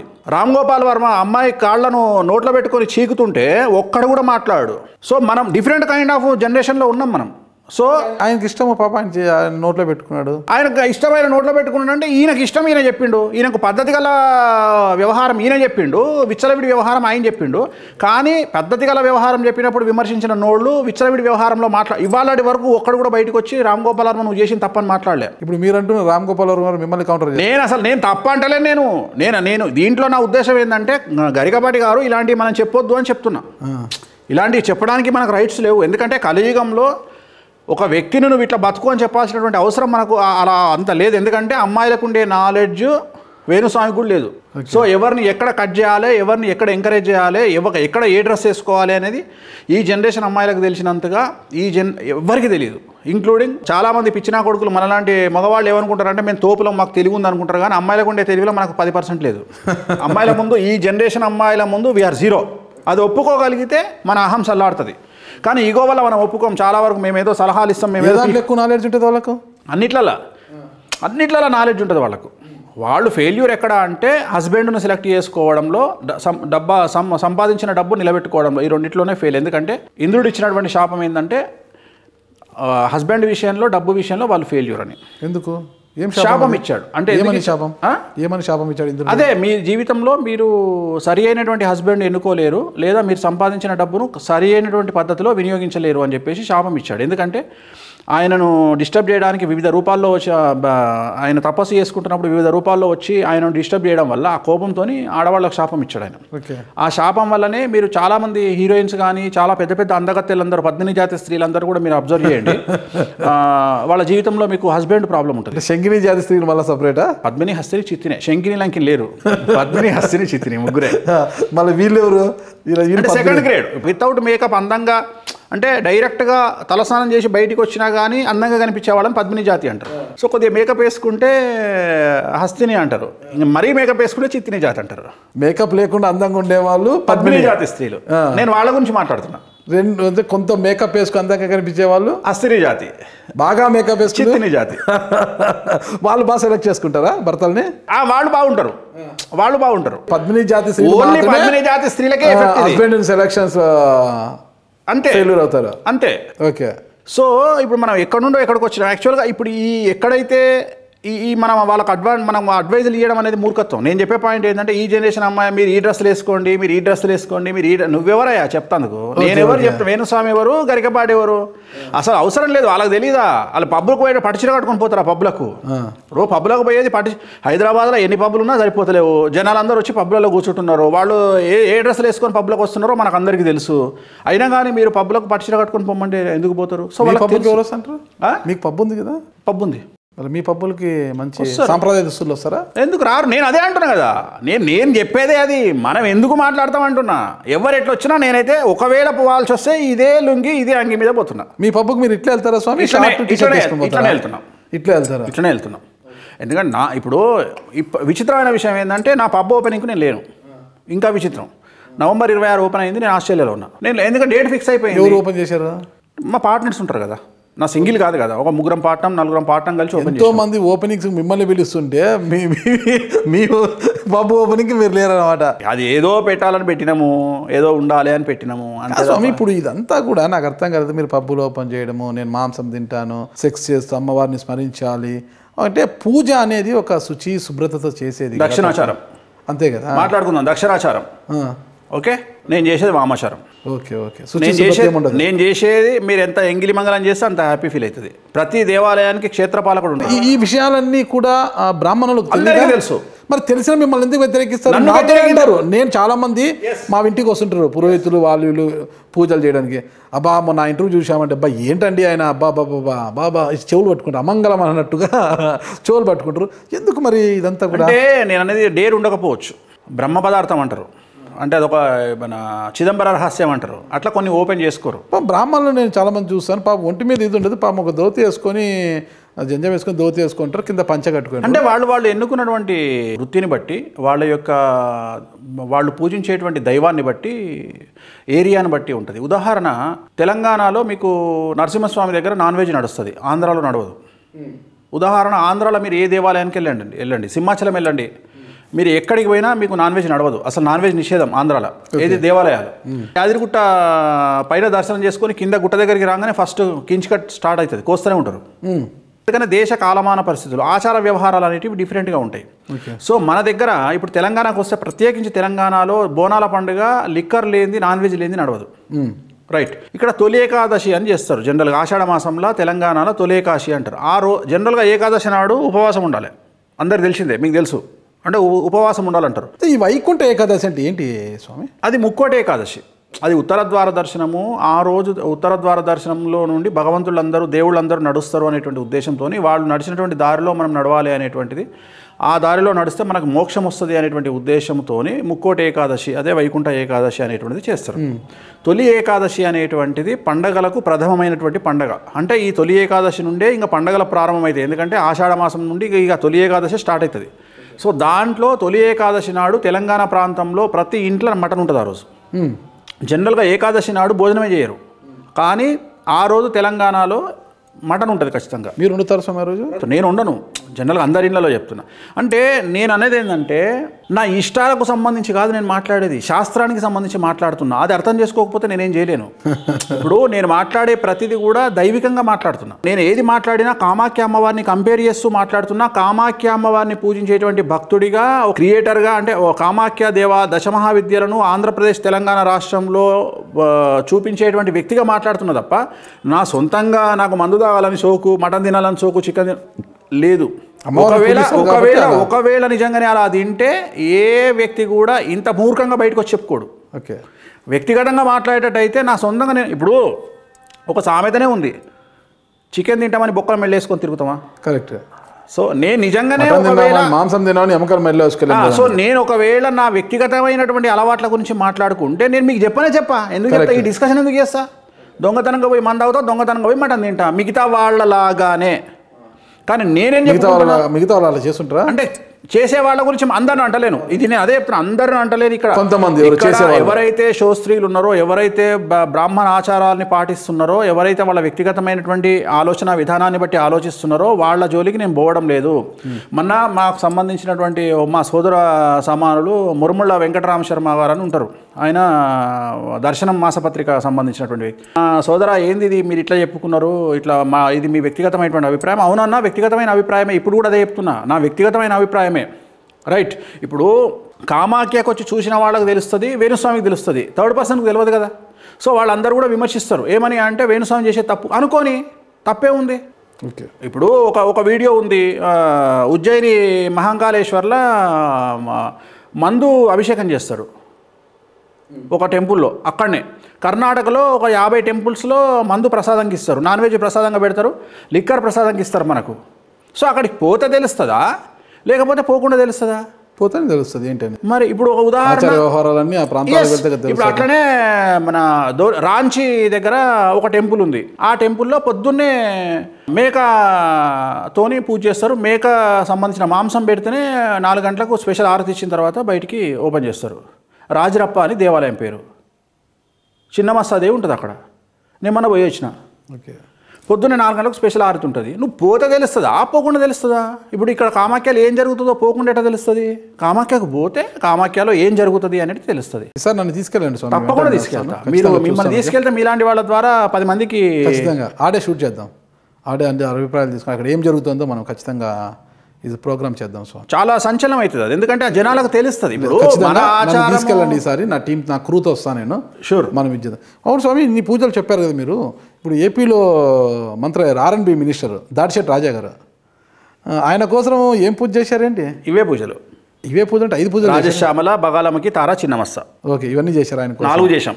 చిన్నమస్త తారా అనేది వశీకరణం జరపబడుతుంది, రాజశ్యామల అనేది రాజయోగాన్ని ఇస్తుంది, బగాలమ్మకి అనేది శత్రు నిర్వీర్యం చేస్తుంది. ఆయన శత్రువులు ఉన్నారా? శత్రువులు ఎవరికి ఉండరు. సన్యాసి కూడా గరికపాటి నరసింహారావు ఆయన మన మట చేస్తాడా, మానభంగాలు చేస్తాడా? ఆయన ఒక మాట మాట్లాడితే శత్రువులు వస్తారు. కలియుగంలో మీరు ఒక విషయం గుర్తుంచుకోండి నారాజు గారు, శత్రువులు అనేవాళ్ళు కొత్తగా క్రియేట్ అవ్వరు, యుద్ధాలు చేస్తే పుట్టరు. కలియుగంలో మంచి మాట చెప్పండి, మాట సహాయం చేయండి, డబ్బు సహాయం చేయండి, శత్రువులు వస్తారు. మరి గరికపాటి గారికి మెగాస్టార్ చిరంజీవి గారికి జరిగింది ఏంటి? అది 100% అది గరికపాటి యొక్క ఈగో ప్రాబ్లం వల్లనే. అది 100% ఈగోను త్యజించాలి. ఒక ఎగ్జాంపుల్ చెప్పినాక మాట్లాడతా. అమితాబ్ బచ్చన్ అనేటువంటి వ్యక్తి ప్రపంచాన్ని, మన భారతదేశాన్ని శాసిస్తాడు. అంటే అంత పెద్ద వ్యక్తి ఆయన, సెలబ్రిటీలో. ఆయన కొడుకుని తీసుకొని డెహ్రాడూన్లో స్కూల్కు పోయిండు. స్కూల్కు పోతే ఆ హెడ్ మిస్ట్రెస్ ఆమె ఉంటుంది కదా, ఫామ్ నింపే ఆమె చూస్తుంది. What is your name? Amitabh Bachchan. Okay, what is your profession? Acting. Okay, go అన్నది. అమితాబ్ బచ్చన్ బయటకు వచ్చి, నన్ను గుర్తుపట్టని వాళ్ళు కూడా ఉంటారు అన్నట్టు ఈ సమాజంలో అని అనుకున్నాడట. చాలామంది అగ్రెసివ్ ఫీల్ అవుతారు. అంటే కొన్ని విచిత్రమైనటువంటి సంఘటనలు చెప్తా. చిన్నప్పుడు నాకు దమాకు లేనప్పుడు అంటే ఎదగనప్పుడు, మనం బండి మీద పోతున్నాం, కార్లో టోల్గేట్ దగ్గర ఎమ్మెల్యే స్టిక్కర్ చూపించి ఎమ్మెల్యే పేర్లు చెప్పి ట్రావెల్ అయ్యేది. కొన్ని రోజులు అయినాక ఎందుకు ఆ బిల్డప్, ఆ 100 రూపాయలు కడితే లుల్లే పోతుంది కదా. అంటే మార్పు, అంటే మనల్ని మనం తగ్గించుకోవాలా, కొన్నిసార్లు తగ్గించుకోవాల్సి వస్తుంది. ఉదాహరణ, ఇప్పుడు నేను ఒక అపార్ట్మెంట్లో ఉంటా, సెక్యూరిటీ మారినప్పుడు వాడే ఆపుతాడు, సార్ కిదర్ జారే సార్ అంటాడు. ఏమ్రా నేను తెలియదా నీకు అంటాడు. అవసరం లేదు, అరే బాబు నాది పలానా ఫ్లాట్ నెంబరు, నేను ఇక్కడనే ఉంటాను, అందరు జావు సాబ్ అంటాడు. గరికపాటి గారు ఆ రోజు చిరంజీవి గారి ఖ్యాతి అందరికీ తెలిసితే, చిరంజీవి లాంటి వ్యక్తి వచ్చినప్పుడు ఎట్లా సెల్ఫీలు దిగుతారు? ఎంతమంది సంచలనాలు. ఉదాహరణ, ఎవరో ఎందుకు నాగరాజు గారు ఉన్నారు, బయటికి వచ్చారు. నాగరాజు గారితో కూడా నాకు తెలిసి 100 మంది సెల్ఫీలు దిగుతారు. మరి నాగరాజు గారి మీద నేను ఈగో క్రియేట్ చేసుకొని నాగరాజు గారితో సెల్ఫీలు దిగుతున్నారు అనుకుంటే ఎట్లయితుంది? ఎవరి జాతకంలో ఉండే యోగ్యతను బట్టి వాళ్ళ జాతకంలో వాళ్ళ వృత్తి పైకి వస్తుంది. ఒక వేణుస్వామి అనేటువంటి వ్యక్తికి నిజంగా వెంకటేశ్వర ఆశీస్సులు ఉంటే వేణుస్వామి అనేవాడి వల్ల ఒక జ్యోతిషం అనేటువంటిది బయటకు వస్తుంది. నాగరాజు గారికి మంచి వెంకటేశ్వమి దయాదాక్షిణ్యాలు ఉంటే ఆయన కూడా ఆయన వృత్తిలో పైకి వస్తారు. ఇప్పుడు ఎంతోమంది జర్నలిస్టులు ఉన్నారు, నాగరాజు గారికి ఉన్న పేరు జర్నలిస్టులు, వేరే జర్నలిస్టులకు ఎందుకు లేదు? అందరికీ ఉందిలేండి గురువు. నేనే మీరు ఒప్పుకోకపోవచ్చు కానీ అబ్బో మీ గురించి నాకు చెప్తారా మీరు? సో నిజం మాట్లాడుతున్నా, నేనేమి ఇక్కడ హమ్మకు మాట్లాడతలేను. లాంటివి అంటే నేను అనేది నేనేం మాట్లాడుతున్నా, మీరు రోడ్డు మీదకి వస్తే మీతో సెల్ఫీలు దిగుతారా దిగరా? సో మీ మీద నేను అసూయపడితే ఎట్లా? అట్లనే చిరంజీవి గారు లాంటి వ్యక్తి, మామూలు విషయం కాదు, మెగాస్టార్ చిరంజీవి లాంటి వ్యక్తితో ఫోటోలు దిగుతున్నప్పుడు ఒక 2 నిమిషాలు ఓపిక పట్టాల్సింది, ఒక 2 నిమిషాలు. ఎందుకంటే గరికపాటి స్థాయి గరికపాటిది అయితే చిరంజీవి స్థాయి చిరంజీవిది. సో మనం అట్లాంటి వాళ్ళని చూసి ఎప్పుడైతే ఆ స్థితప్రజ్ఞత మిస్ అవుతుందో ప్రాబ్లం వస్తుంది. సో దాని వెనకాల మిగిలిన అన్ని దవ్వడం స్టార్ట్ చేశారు. అంటే నేనేమంటే జాతకానికి ఆ ఫస్ట్ పాయింట్ చిరంజీవి గారి దగ్గర జరిగిన ఇన్సిడెంటు గరికపాటి గారిని నెగిటివ్ చేయడానికి మిగతా విషయాలన్నీ స్టార్ట్ చేశారు. కానీ నిజంగా ప్రతి మనిషి అన్నప్పుడు ఎక్కడనో దగ్గర సహజంగా మిస్టేక్ చేస్తారు. జాతకం అది, జాతకం బాగాలేనప్పుడు మిస్టేక్ చేస్తారు, రాహు గెలిగినప్పుడు మిస్టేక్ చేస్తారు. దాన్ని అంత పెద్ద సీరియస్గా తీసుకోవాల్సిన అవసరం లేదు. దార్శెట్ రాజాకి మళ్ళీ పూజ చేయబోతున్నారా? ఇప్పుడేం అవసరం ఉంది? ఇప్పుడు లేదు. నెక్స్ట్ మళ్ళీ 2024 ఎలక్షన్స్ ఉన్నాయి. 24 ఆంధ్రప్రదేశ్లో ఎట్లుంది పరిస్థితి అంటే రేపు పొద్దున్నే ఎలక్షన్ అన్నట్టు మాట్లాడుతున్నారు. అవునా? 24 ఏంటి పరిస్థితి ఆంధ్రప్రదేశ్లో ఇప్పుడు ప్రస్తుతం? ఆంధ్రప్రదేశ్ పరిస్థితి ఏముంది మీరు చూస్తున్నారు. ఆల్రెడీ పరిస్థితి అయితే మీరు చూస్తున్నారు. చాలా మార్పులు వస్తాయి. 2023 జనవరి 16వ తేదీ తర్వాత భారతదేశ రాజకీయాలు, ఆంధ్రప్రదేశ్ రాష్ట్ర రాజకీయాలు, తెలంగాణ రాష్ట్ర రాజకీయాలు పెను సంచలనాలు నమోదవుతాయి. చాలా మార్పులు వస్తాయి. ఆ మార్పులు ఎవరు ఊహించినటువంటి పరిస్థితిలోకి రాజకీయాలు వెళ్తాయి. అదే ఏంటి క్లూ ఏంటి? అదే అంటే చెప్తున్నా, అంటే బేసిక్ చెప్పాలి కదా. ఎందుకు అంటే శని మారుతా ఉన్నాడు, శని మకరం నుండి కుంభంలోకి వస్తూ ఉన్నాడు. సో అక్కడ నుండి విపరీతమైనటువంటి మార్పులు గోచరిస్తూ ఉన్నాయి. ప్రతి మనిషి జాతకం మారుతూ ఉంది. అట్ ది సేమ్ టైం రాజకీయ నాయకుల జాతకాలు మారుతూ ఉన్నాయి. సో చాలామంది ఏదేదో మాట్లాడుతూ ఉన్నారు. సో నాకు ఎవరి మీద వ్యక్తిగతమైనటువంటి ప్రేమలు లేవు. సో ఆంధ్రప్రదేశ్ రాష్ట్రానికి సంబంధించి నేను ఒకటే విషయం చెప్పాలనుకుంటున్నా, మీ ద్వారా మీ ఇంటర్వ్యూలో చెప్పాలని నాకు అనిపించింది, చెప్తున్నా. 2024 ఎలక్షన్ల తర్వాత ఆంధ్రప్రదేశ్ రాష్ట్ర రాజకీయాల్లో ఒక పార్టీ ఉండదు. ఏ పార్టీ అది తెలియదు. ఓపెన్ చెప్పండి. అదేంటది 24 ఎలక్షన్ ఇంటర్వ్యూ ఇస్తా కదా. ఏ పార్టీ లేకపోతే నేను ఆ పార్టీనే చెప్పిందని అంటారు. అవును, అట్లా పార్టీలు మారుతుంటాయా? నాకు తెలియదు. అట్లా ఉండకుండా వెళ్ళిపోతాయి పార్టీలు. ఏదో ఒక పార్టీ కదా, చిన్న పార్టీ. మీరు నాకు ఆన్సర్ చేయండి. అంటే ఇప్పుడు ప్రతి సంవత్సరం ఒక పార్టీ దొబ్బేస్తుందా? ప్రతి సంవత్సరం కనిపించకుండా పోతుందా? చిన్న పార్టీ ఏదనండి, ఒక చిన్న పార్టీలు ఏడున్నాయి ఆంధ్రప్రదేశ్ లో? చాలా ఉన్నాయి. ఇటీవల వచ్చిన పార్టీలు ఉన్నాయి. నేను మాట్లాడే పార్టీలు పెద్ద పార్టీల గురించి మాట్లాడుతున్నా. రైట్, నేను చిన్న పార్టీల గురించి మాట్లాడతలేను. ఇప్పుడు ప్రధానంగా ఆంధ్రప్రదేశ్లో ఉన్నటువంటి పార్టీలు 5 పార్టీలు ఉన్నాయి. 5 పార్టీలలో వైసీపీ, జనసేన, బీజేపీ ప్రధానమైన పార్టీలు. ఇంకా మిగతావి ఏమున్నాయి? ఇప్పుడు బీఆర్ఎస్ ఇప్పుడు వచ్చింది కాబట్టి ఇంకా బీఆర్ఎస్ 4 ప్రధానమైన పార్టీలు. ఇంకా వామపక్షాలు వేరు. అవునా? మంచి లెక్క పెట్టండి సార్. అవునండి, BJP, TDP, YCP, Janasena, Congress. Congress పార్టీని మర్చిపోతేట మీరు? అదే మర్చిపోయే పరిస్థితి వచ్చిందండి. సహజం, అది సహజం. మర్చిపోతుంటాము, మళ్ళీ తిరిగి వస్తుంటాయి. జాతీయ పార్టీలు ఎప్పుడే కానీ పోతుంటాయి వస్తుంటాయి. అవి ఎప్పుడు జీవితాంతం ఉంటాయి. మళ్ళీ వస్తుందా? మళ్ళీ వస్తుంది. అంటే అది ఇండివిజువల్గా వస్తుందని నేను చెప్పను, కాకపోతే కలగుర కంపలాగా వస్తుంది ఖచ్చితంగా. ఓకే. సో నేను చెప్పేది ఆస్ట్రాలజీ రేటింగ్ తగ్గినట్టుంది స్వామి గారిది. ఎందుకు? గుజరాత్లో మోడీకి పాపం నేనేం చెప్పలేదే అని అన్నారనే కదా. నేను ఎక్కడన్నా సార్? నేను అనలేదు అసలు. నేను ఈ మధ్యకాలంలో నేను ఎక్కడ వ్యక్తిగతంగా నేను ఆ పాయింట్ చెప్పట్లే. నేను క్లియర్గా చెప్పలేదు. నేను కొన్ని రాష్ట్రాల గురించి నేను మాట్లాడలేదు. నేను నా ఉద్దేశంలో మోడీ పరిస్థితి బాగోలేదు ఇప్పుడు అన్నా. 24లో అన్నా. నేను మాట్లాడింది 24లో. బ్యాడ్ టైం నడుస్తుంది. నేను 24లో అన్నా. నేను 24లో ఎందుకన్నా, 23/16 తేదీ నుండి జనవరి 16 నుండి ఆయనకు అర్ధాష్టమ శని స్టార్ట్ అవుతుంది. వ్యక్తిగతమైనటువంటి విమర్శలు, వ్యక్తిగతమైనటువంటి జ్యోతిష్యం వేణుస్వామి చెప్పడు. 2024లో ఏపీలో ఎవరు సీఎం కాబోతున్నారు? ఇప్పటికి ఒక 100 సార్లు చెప్పినాము. నేనైతే జగన్ అని చెప్పిన. ఇప్పుడు అంచనాలు ఇప్పుడు చూసే వాళ్ళందరికీ చెప్పదలుచుకున్నా. చంద్రబాబు నాయుడుది పుష్యమి నక్షత్రం, పవన్ కళ్యాణ్ది ఉత్తరాషాఢ నక్షత్రం, జగన్మోహన్ రెడ్డిది ఆరుద్ర నక్షత్రం. సో పుష్యమి నక్షత్రానికి అష్టమ శని స్టార్ట్ అవుతుంది జనవరి 16, 2023 నుండి. 2.5 సంవత్సరాలు ఉంటుంది. ఎలక్షన్లు అష్టమ శనిలో వస్తున్నాయి. ఆల్రెడీ పవన్ కళ్యాణ్కు ఏలినాటి శని స్టార్ట్ అయింది 2017లో. సో 2025 జూలై వరకు ఏలినాటి శని ఉంది. అంటే ఎలక్షన్లో ఆయన ఏలినాటి శనిలో ఉంటాడు. ఇప్పుడు ప్రజెంట్ జగన్మోహన్ రెడ్డికి అష్టమ శని నడుస్తుంది. ఆయనకు జనవరి 16వ తేదీకి అష్టమ శని వెళ్ళిపోయి ఆయనకు మంచి స్థానంలోకి వస్తున్నాడు శని జగన్మోహన్ రెడ్డికి. సో దీన్ని బట్టి మీరే అంచనాలు వేసుకోండి. ఇక్కడ లోకేష్ గారు జనవరి 27 నుంచి పాదయాత్ర చేపట్టబోతున్నారు. పవన్ కళ్యాణ్ గారి త్వరలో బస్సు యాత్ర చేపట్టబోతున్నారు. ఆలివ్ గ్రీన్ కలర్ ఉండే బస్సును కూడా దింపేశారు కదా, మిలిటరీ కలర్ ఉండే బస్సును దింపేశారు. మొత్తం మంది మార్బలం అంతా కూడా ఏకమైపోయింది. ఇకపోతే బస్సు యాత్ర, పాదయాత్ర ఇవన్నీ ఒకసారిగా కలిసేటట్లు ఉన్నాయి. జగన్మోహన్ రెడ్డి గారేమో సింగల్గా వస్తుందంటున్నారు. మరి తట్టుకుంటారా ఈ పాదయాత్రలతో, ఈ బస్సు యాత్రలతో? మరి జగన్మోహన్ రెడ్డి గారు ఎలా వస్తారు అసలు మళ్ళీ అధికారంలో? అంటే ఒకటి, జగన్మోహన్ రెడ్డి జాతకాన్ని కనుక ఒకవేళ స్లో చేయాలంటే నేను అంచనా వేసేది ఏంటంటే జాతకపరంగా, మళ్ళీ వ్యక్తిగతంగా ఎవరు స్లో చేస్తారు?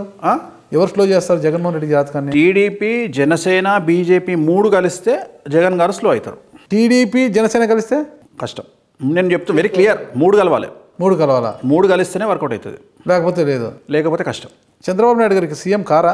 అంటే జాతకంలో నేనైతే సింగిల్గా అయితే యోగం లేదు. అంటే సింగిల్గా పోటీ చేసిన ఆయనకు ఉన్న పరిస్థితులు, అంటే మనం నెగిటివిటీ చూసుకుంటాం, వ్యక్తిగతంగా మనం నెగిటివిటీ చూసుకుంటాం. అష్టమ శని కాబట్టి ఇట్ ఈస్ వెరీ డేంజరస్. ఎప్పటి వరకు ఉంది ఆయనది? 2023 జనవరి 16వ తేదీ నుండి 2.5 సంవత్సరాలు వేసుకోవాలి.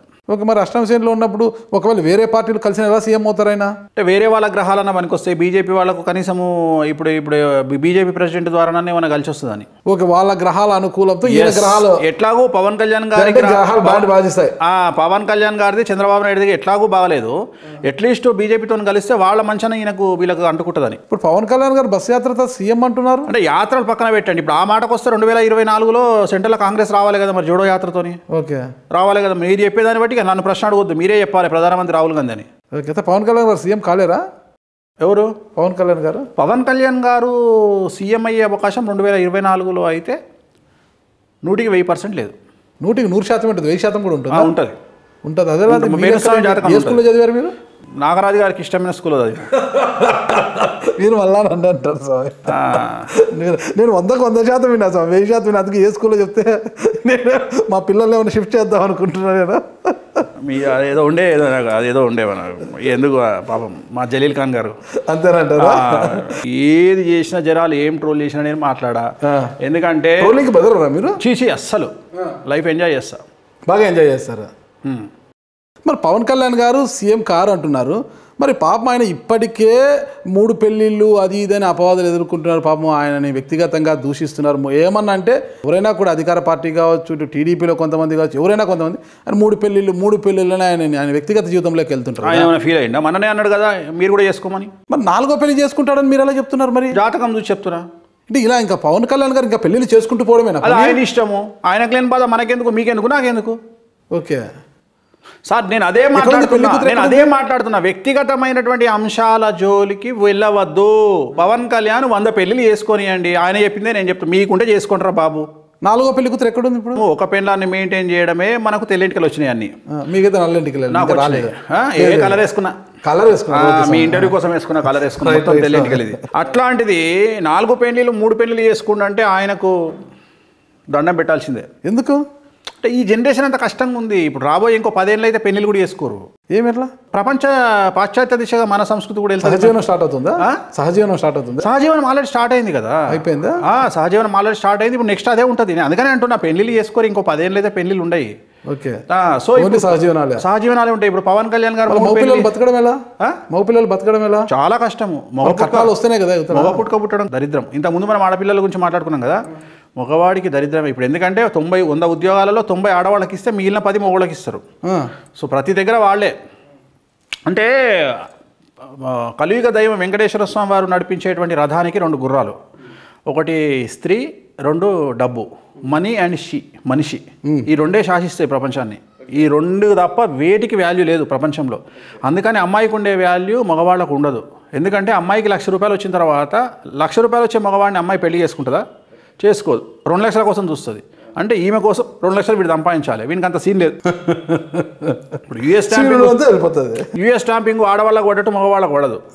మగవాడిని 100 రకాల క్వశ్చన్లు అడుగుతారు. నువ్వు ఇంటికి మళ్ళీ వాపసు వస్తావా, ఇండియాకి వస్తావా, నువ్వేంది, ఏ భాగవతం ఏంది ఇన్ని అడుగుతారు. అదే అమ్మాయి ఒక చిన్న ఏదో ఠాకున కొట్టి పంపిస్తారు, B1 B2 పడుతుంది, మనకు పడదు. అది ఆడవాళ్ళకు ఉన్నంత లైఫ్ మగవాళ్ళకు ఉండదు కలియుగంలో. సో ఇకపోతే మరి ఏపీ గురించి చెప్పారు. ఇక తెలంగాణ విషయానికి వస్తే టీఆర్ఎస్ కాస్త బీఆర్ఎస్గా మారిపోయింది. మరి ఇక్కడ ఏంటి పరిస్థితి తెలంగాణలో? ఏం లేదు. అంటే నేను చెప్పదలుచుకున్న పాయింట్ ఏంటంటే, బీఆర్ఎస్ అనేది పెద్దగా భారత రాష్ట్ర సమితి అనేది భారతదేశ రాజకీయాలను ప్రభావితం చేసే దిశగా 1% కూడా ఉండదు. Okay, very clear. ఇప్పుడు కాదు, ఎందుకంటే ఇంతకుముందు కూడా చెప్పిన సో అదే స్టాండ్ తీసుకుంటున్నా. సో అది ఆ విషయంలో పెద్ద తేడాలు ఏమి ఉండవు.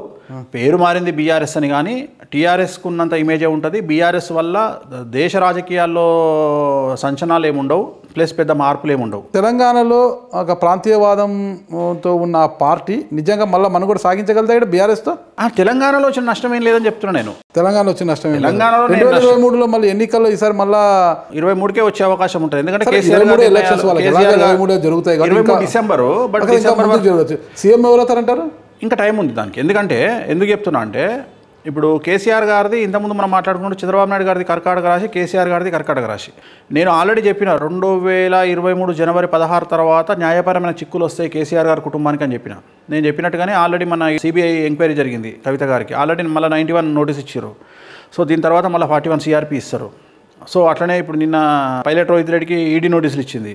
సో చాలా రకుల్ ప్రీత్ సింగ్ ఇచ్చారు. నేను ఆల్రెడీ రకుల్ ప్రీత్ సింగ్ గురించి మాట్లాడిన. న్యాయపరమైనటువంటి వివాదాలు ఎదుర్కోవాల్సి వస్తుంది అమ్మాయి అని చెప్పిన. ఎందుకు అంటే ఆమె ఎంగేజ్మెంట్ ఎవరైతే చేసుకుందో వాళ్ళ షష్టాష్టకాలైనాయి కాబట్టి ఈ అమ్మాయికి ప్రాబ్లం అని చెప్పిన. సో వేణుస్వామి చెప్పిన ఏవి కూడా చాటుకు మాటుకు చెప్పాడు. ఆల్ ఆన్ స్క్రీన్స్, మొత్తం స్క్రీన్లో ఉంటాయి. చిరంజీవి కొడుకు రామ్ చరణ్కు సంతానం ఆలస్యం అవుతుంది అని 7 ఏళ్ల కింద చెప్పిన వీడియో అది ఆల్రెడీ ఉంది. సో అన్ని వేణుస్వామి చెప్పేటి అన్ని వీడియోలే ఉంటాయి తప్ప దొంగచాటుగా చెప్పి నేను చెప్పినా అని చెప్పుకోవాల్సి. వ్యక్తిగత జీవితాల్లోకి వెళ్ళకూడదంటున్నా మీరే. చిరంజీవి గారి కూతురు 3వ వివాహం చేసుకుంటుందని ఎలా చెప్తారు? వ్యక్తిగతమైన జీవితం గురించి నేను విమర్శ చేయట్లేదు. నేను విమర్శ చేస్తలేను. జాతకంలో ఇప్పుడు అమ్మాయి 2వ పెళ్లి చేసుకున్నారు, అది కాదు మళ్ళీ 3వ పెళ్లికి వెళ్తారంటే అది వ్యక్తిగత జీవితం కాదు. వ్యక్తిగతమైన జీవితం ఎందుకైతుంది? చిరంజీవి సెలబ్రిటీ, రోడ్డు మీదనే ఉన్నాడు. నేను ఎప్పుడే కానీ పర్సనల్గా చెప్తలేను.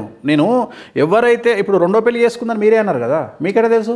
అది అందరికి తెలిసిన విషయమే కదా. అందరికీ తెలిసిందే అన్నారు కదా. అందరికి ఎప్పుడు తెలుస్తుంది అంటే వాళ్ళు సెలబ్రిటీ అయితే తెలుస్తుంది.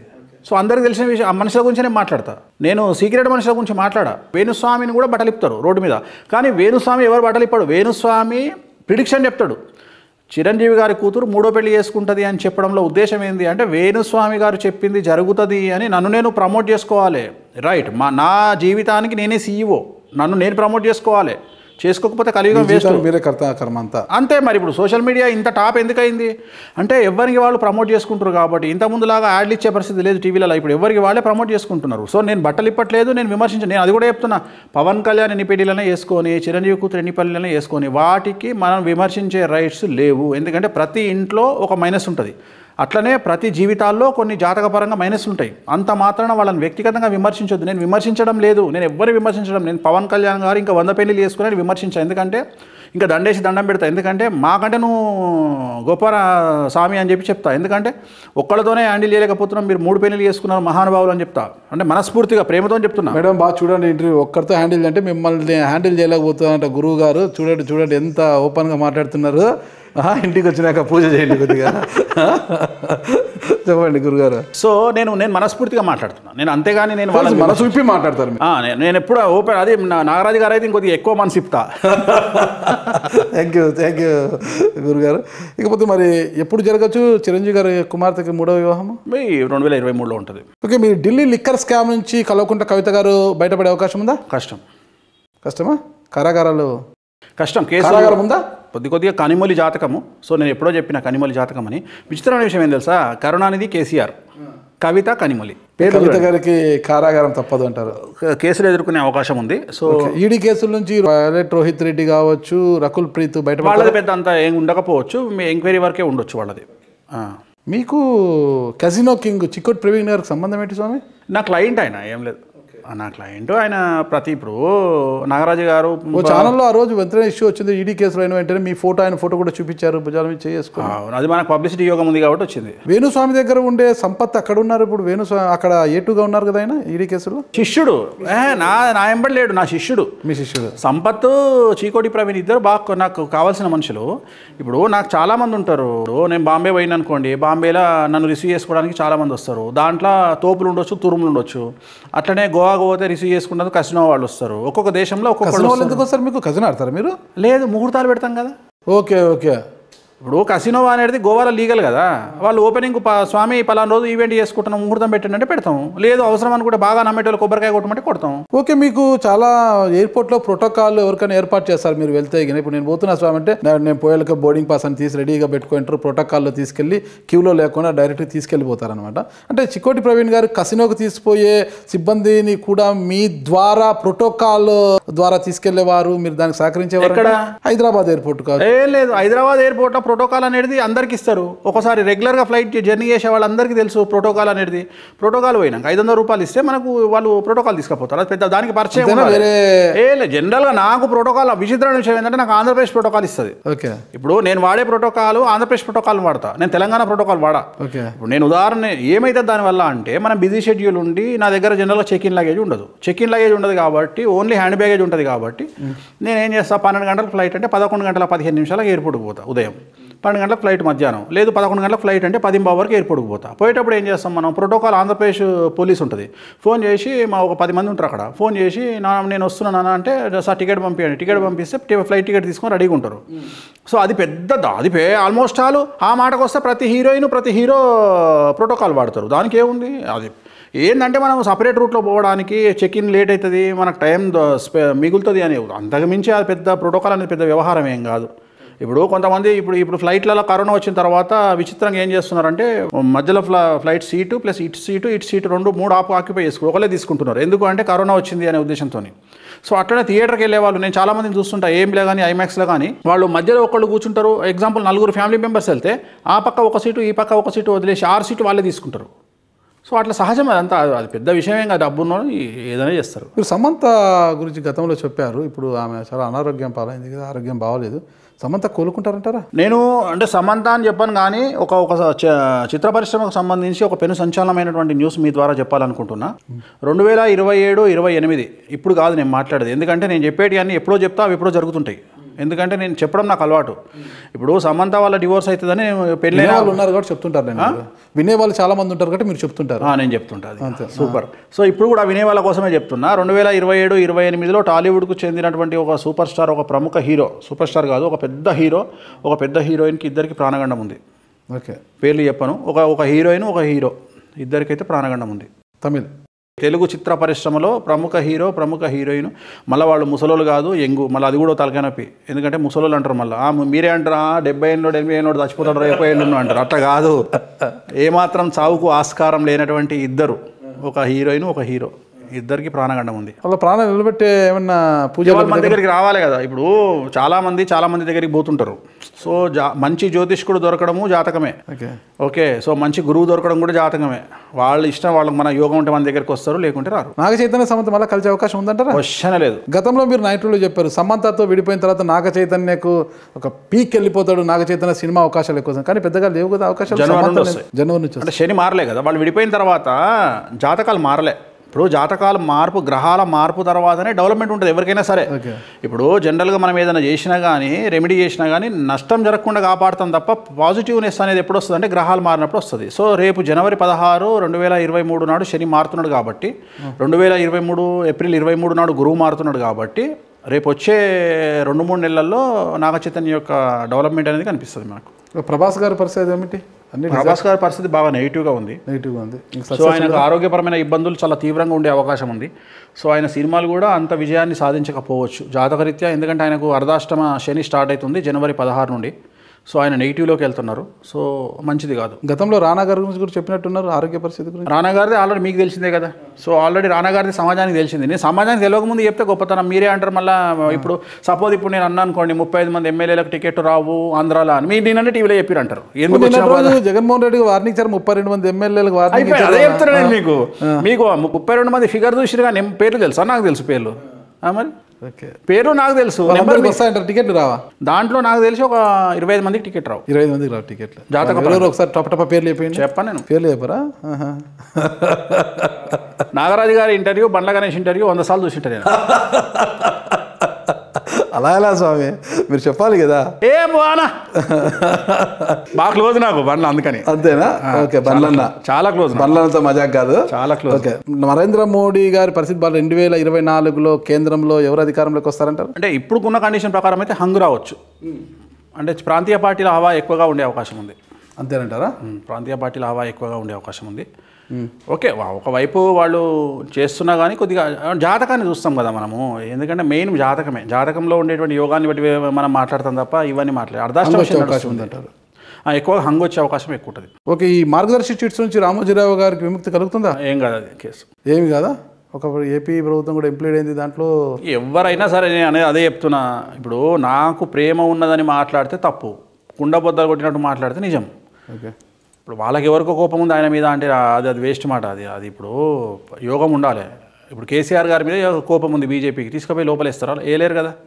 సో దొరికితే నిజంగానే తప్పు చేస్తే అది వేరే విషయం. సో ఓకే, ఇప్పుడు హంగ్ అంటున్నారు కదా, మరి బీఆర్ఎస్తో అంటే కేసీఆర్ గారితో మమతా బెనర్జీ గారు కావచ్చు, నితీష్ కుమార్, లల్లు ఫ్యామిలీ వాళ్ళందరూ కూడా కలిసే అవకాశం ఉంటుందంటారా? బీఆర్ఎస్తో కలవకపోవచ్చు. ఓకే, తెలంగాణలో వైఎస్ఆర్టీపీ పరిస్థితి ఏంటి? వైఎస్ షర్మిలా గారి పరిస్థితి ఏముండదు, ప్రభావమే ఉండదు అంటారా? ఏముండదు.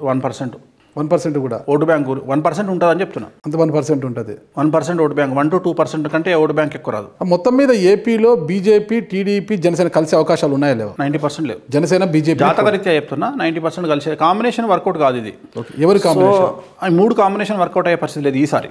మరి టీడీపీ, జనసేన కలిసే అవకాశాలు ఉన్నాయి, కానీ దానివల్ల మోస్ట్లీ జనసేన నష్టపోయే అవకాశం ఉంది. ఓకే, ఒకవేళ ఆ విషయంలో బాగుపడితే ఏమన్నా ఒక 50% టీడీపీ బాగుపడొచ్చేమో, కానీ జనసేనకు పెను నష్టంగా పరిణమించే అవకాశం ఉంది. ఏది నేను టీడీపీ కలిస్తే చెప్తున్నా. ఓకే, సో జనసేన ఇండిపెండెంట్గా పోటీ చేస్తేనే వాళ్ళకి వాల్యూ ఉంటుంది. అంటే బీజేపీతో కలిసి పోటీ చేస్తే బాగుంటుంది జనసేనకి. టీడీపీతో వెళ్తే మాత్రం జగన్కి తిరుగులేదు. ఈ ముగ్గురు కలిస్తే జగన్కు ప్రెషర్ పడుతుంది, ఎఫెక్ట్ అవుతుంది. కానీ ఇండివిజువల్ కలవకుండే జగన్కు ఏం లేదు. ఇప్పటికి కూడా జగన్కు అంటే మెజారిటీ తగ్గొచ్చు. నేను అనుకోవడం ఏంటంటే జగన్కు 3 ఆప్షన్లు ఉంటాయి. ఒకటి, ముగ్గురు కలిసి పోటీ చేస్తే 90 నుండి 105 రావచ్చు.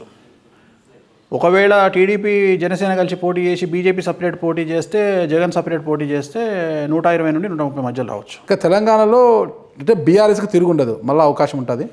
ఇప్పుడు చెప్పలేము మనం, నేను అనేది ఇప్పుడు చెప్పలేము. ఇప్పుడు అక్కడ క్లారిటీ ఉంది, ఇక్కడ క్లారిటీ లేదు. ఎందుకంటే ఇక్కడ రేపు జరగబోయేటువంటి జనవరి తర్వాత జరిగే సంఘటనలు ఏముంటాయి, ఇక్కడ ఎవరన్నా జైల్లో వేస్తారా, లేకుంటే ఎవరైనా కేసుల పాలవుతారా, ఇవి చాలా లెక్కలు ఉంటాయి. దాని తర్వాత కేసీఆర్ గారు స్టెప్ ఎట్లా తీసుకుంటారు. ఎందుకంటే ఇక్కడ ఇప్పుడు అక్కడనేమో అపోజిషన్ పార్టీలో ఉన్నటువంటి చంద్రబాబు నాయుడు, ఇక్కడ పొజిషన్లో ఉన్నటువంటి కేసీఆర్ గారు, చాలా తేడా ఉంది. ఈయనకు ఇప్పుడు ఆల్రెడీ ఈయన రాజయోగి, ఈయన సీట్లో కూర్చొని ఉన్నారు కేసీఆర్ గారు. సో ఈయన జాతకానికి చంద్రబాబు నాయుడు జాతకాన్ని రాశి ఒకటే అయినప్పటికీ వీళ్ళ మూమెంట్ ఎట్లుంటాయి అనేది మనము జాతకాన్ని. కాకపోతే కోమటిరెడ్డి రాజగోపాల్ రెడ్డి గారికి మరి భవిష్యత్తు ఉందంటారా? కష్టం. కొన్ని స్వయంకృత అపరాధాలు అంటాం, అది మనం చెప్తే వినరు. జాతకాలు కొంతమంది మనం చెప్పినప్పుడు వినరు. ఇక వినకపోతే చెప్పినట్టున్నారు ఆయన రాజీనామా చేసినప్పుడు. నేను అదే వద్దని చెప్పినాం అంతే. ఇక దాన్ని ఆయన అట్లా తీసుకుంటే మనం ఏం చేస్తాం? అదే చెప్తున్నా, చెప్పినప్పుడు వినకపోతే మనం చేయగలిగింది కూడా ఏం లేదు. ఇప్పుడు మనం చాలామంది ఏమనుకుంటారంటే మనం ఏదో సజెషన్ ఇచ్చినాం అనుకుంటారు. ఫోటోలను చూసి సజెషన్ ఇచ్చేది ఏమి ఉండదు. ఇప్పుడు 100 మంది దిగుతారు ఫోటోలు, దిగిన ఫోటోల్ని ఎవరు ఇష్టం వచ్చినట్టు వాళ్ళు వాడుకుంటారు. ఇప్పుడు మీరే ఇందాక అన్నారు కొంతమంది ఫోటోలు కనిపిస్తున్నాయి అంటే, ఆ రోజు రాజగోపాల్ రెడ్డి ఫోటో, నా ఫోటో పెట్టి ట్రోల్ చేశారు. ఆయన ఓడిపోయిన తర్వాత కూడా ట్రోల్ చేశారు. సో నేను నిజంగా చెప్పాలంటే ఎలక్షన్కు సంబంధించి నేను అసలు ఆయనతో ఏం మాట్లాడలే, నేను ఏమీ మాట్లాడలే. ఎందుకంటే అంత రిస్క్ తీసుకోమని ఎవరు చెప్తారు? ఇప్పుడు నిజంగా నేను ఆస్ట్రాలజర్ కాకుండా ఒక మామూలు మనిషిగా కూడా రాజగోపాల్ రెడ్డి గారు ఎందుకు రిస్క్ తీసుకుంటారు అంటాం. అదే ఆస్ట్రాలజీ పరంగా ఇంకెందుకు చెప్తా నేను, అంత నెసిటీ ఏముంది? ఇప్పటివరకు చూశారు కదా వేణుస్వామి అంటే గురువు గారు చెప్పిన విషయాలు, రాజకీయ నాయకుల గురించి కావచ్చు, రాజకీయ పరిస్థితుల గురించి కావచ్చు, దేశవ్యాప్తంగా అలాగే సినీ ఇండస్ట్రీ, చిత్ర పరిశ్రమ గురించి చెప్పారు. ఇప్పుడు 2023 జనవరి 1 నుంచి ఏ రాశి వారికి ఎలా ఉంది, ఏంటి పరిస్థితి అనేది కూడా ఇప్పుడు స్వామి గారు చెప్తారు.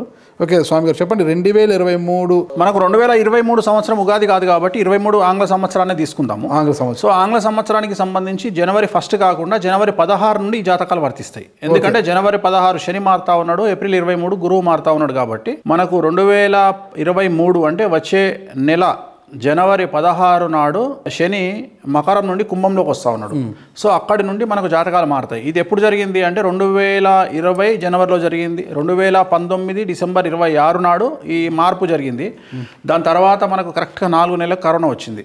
సో మనం ఈ కరోనా మొత్తము 2 సంవత్సరాలు మనము చాలా దరిద్రాన్ని అనుభవించినాము, చాలా ఘోరమైనటువంటి ఆరోగ్య పరిస్థితిని అనుభవించినాము. సో దాని యొక్క ఎఫెక్ట్ అంతా పోయి ఇప్పుడు మారుతున్నటువంటి శని కుంభంలోకి వస్తూ ఉన్నాడు.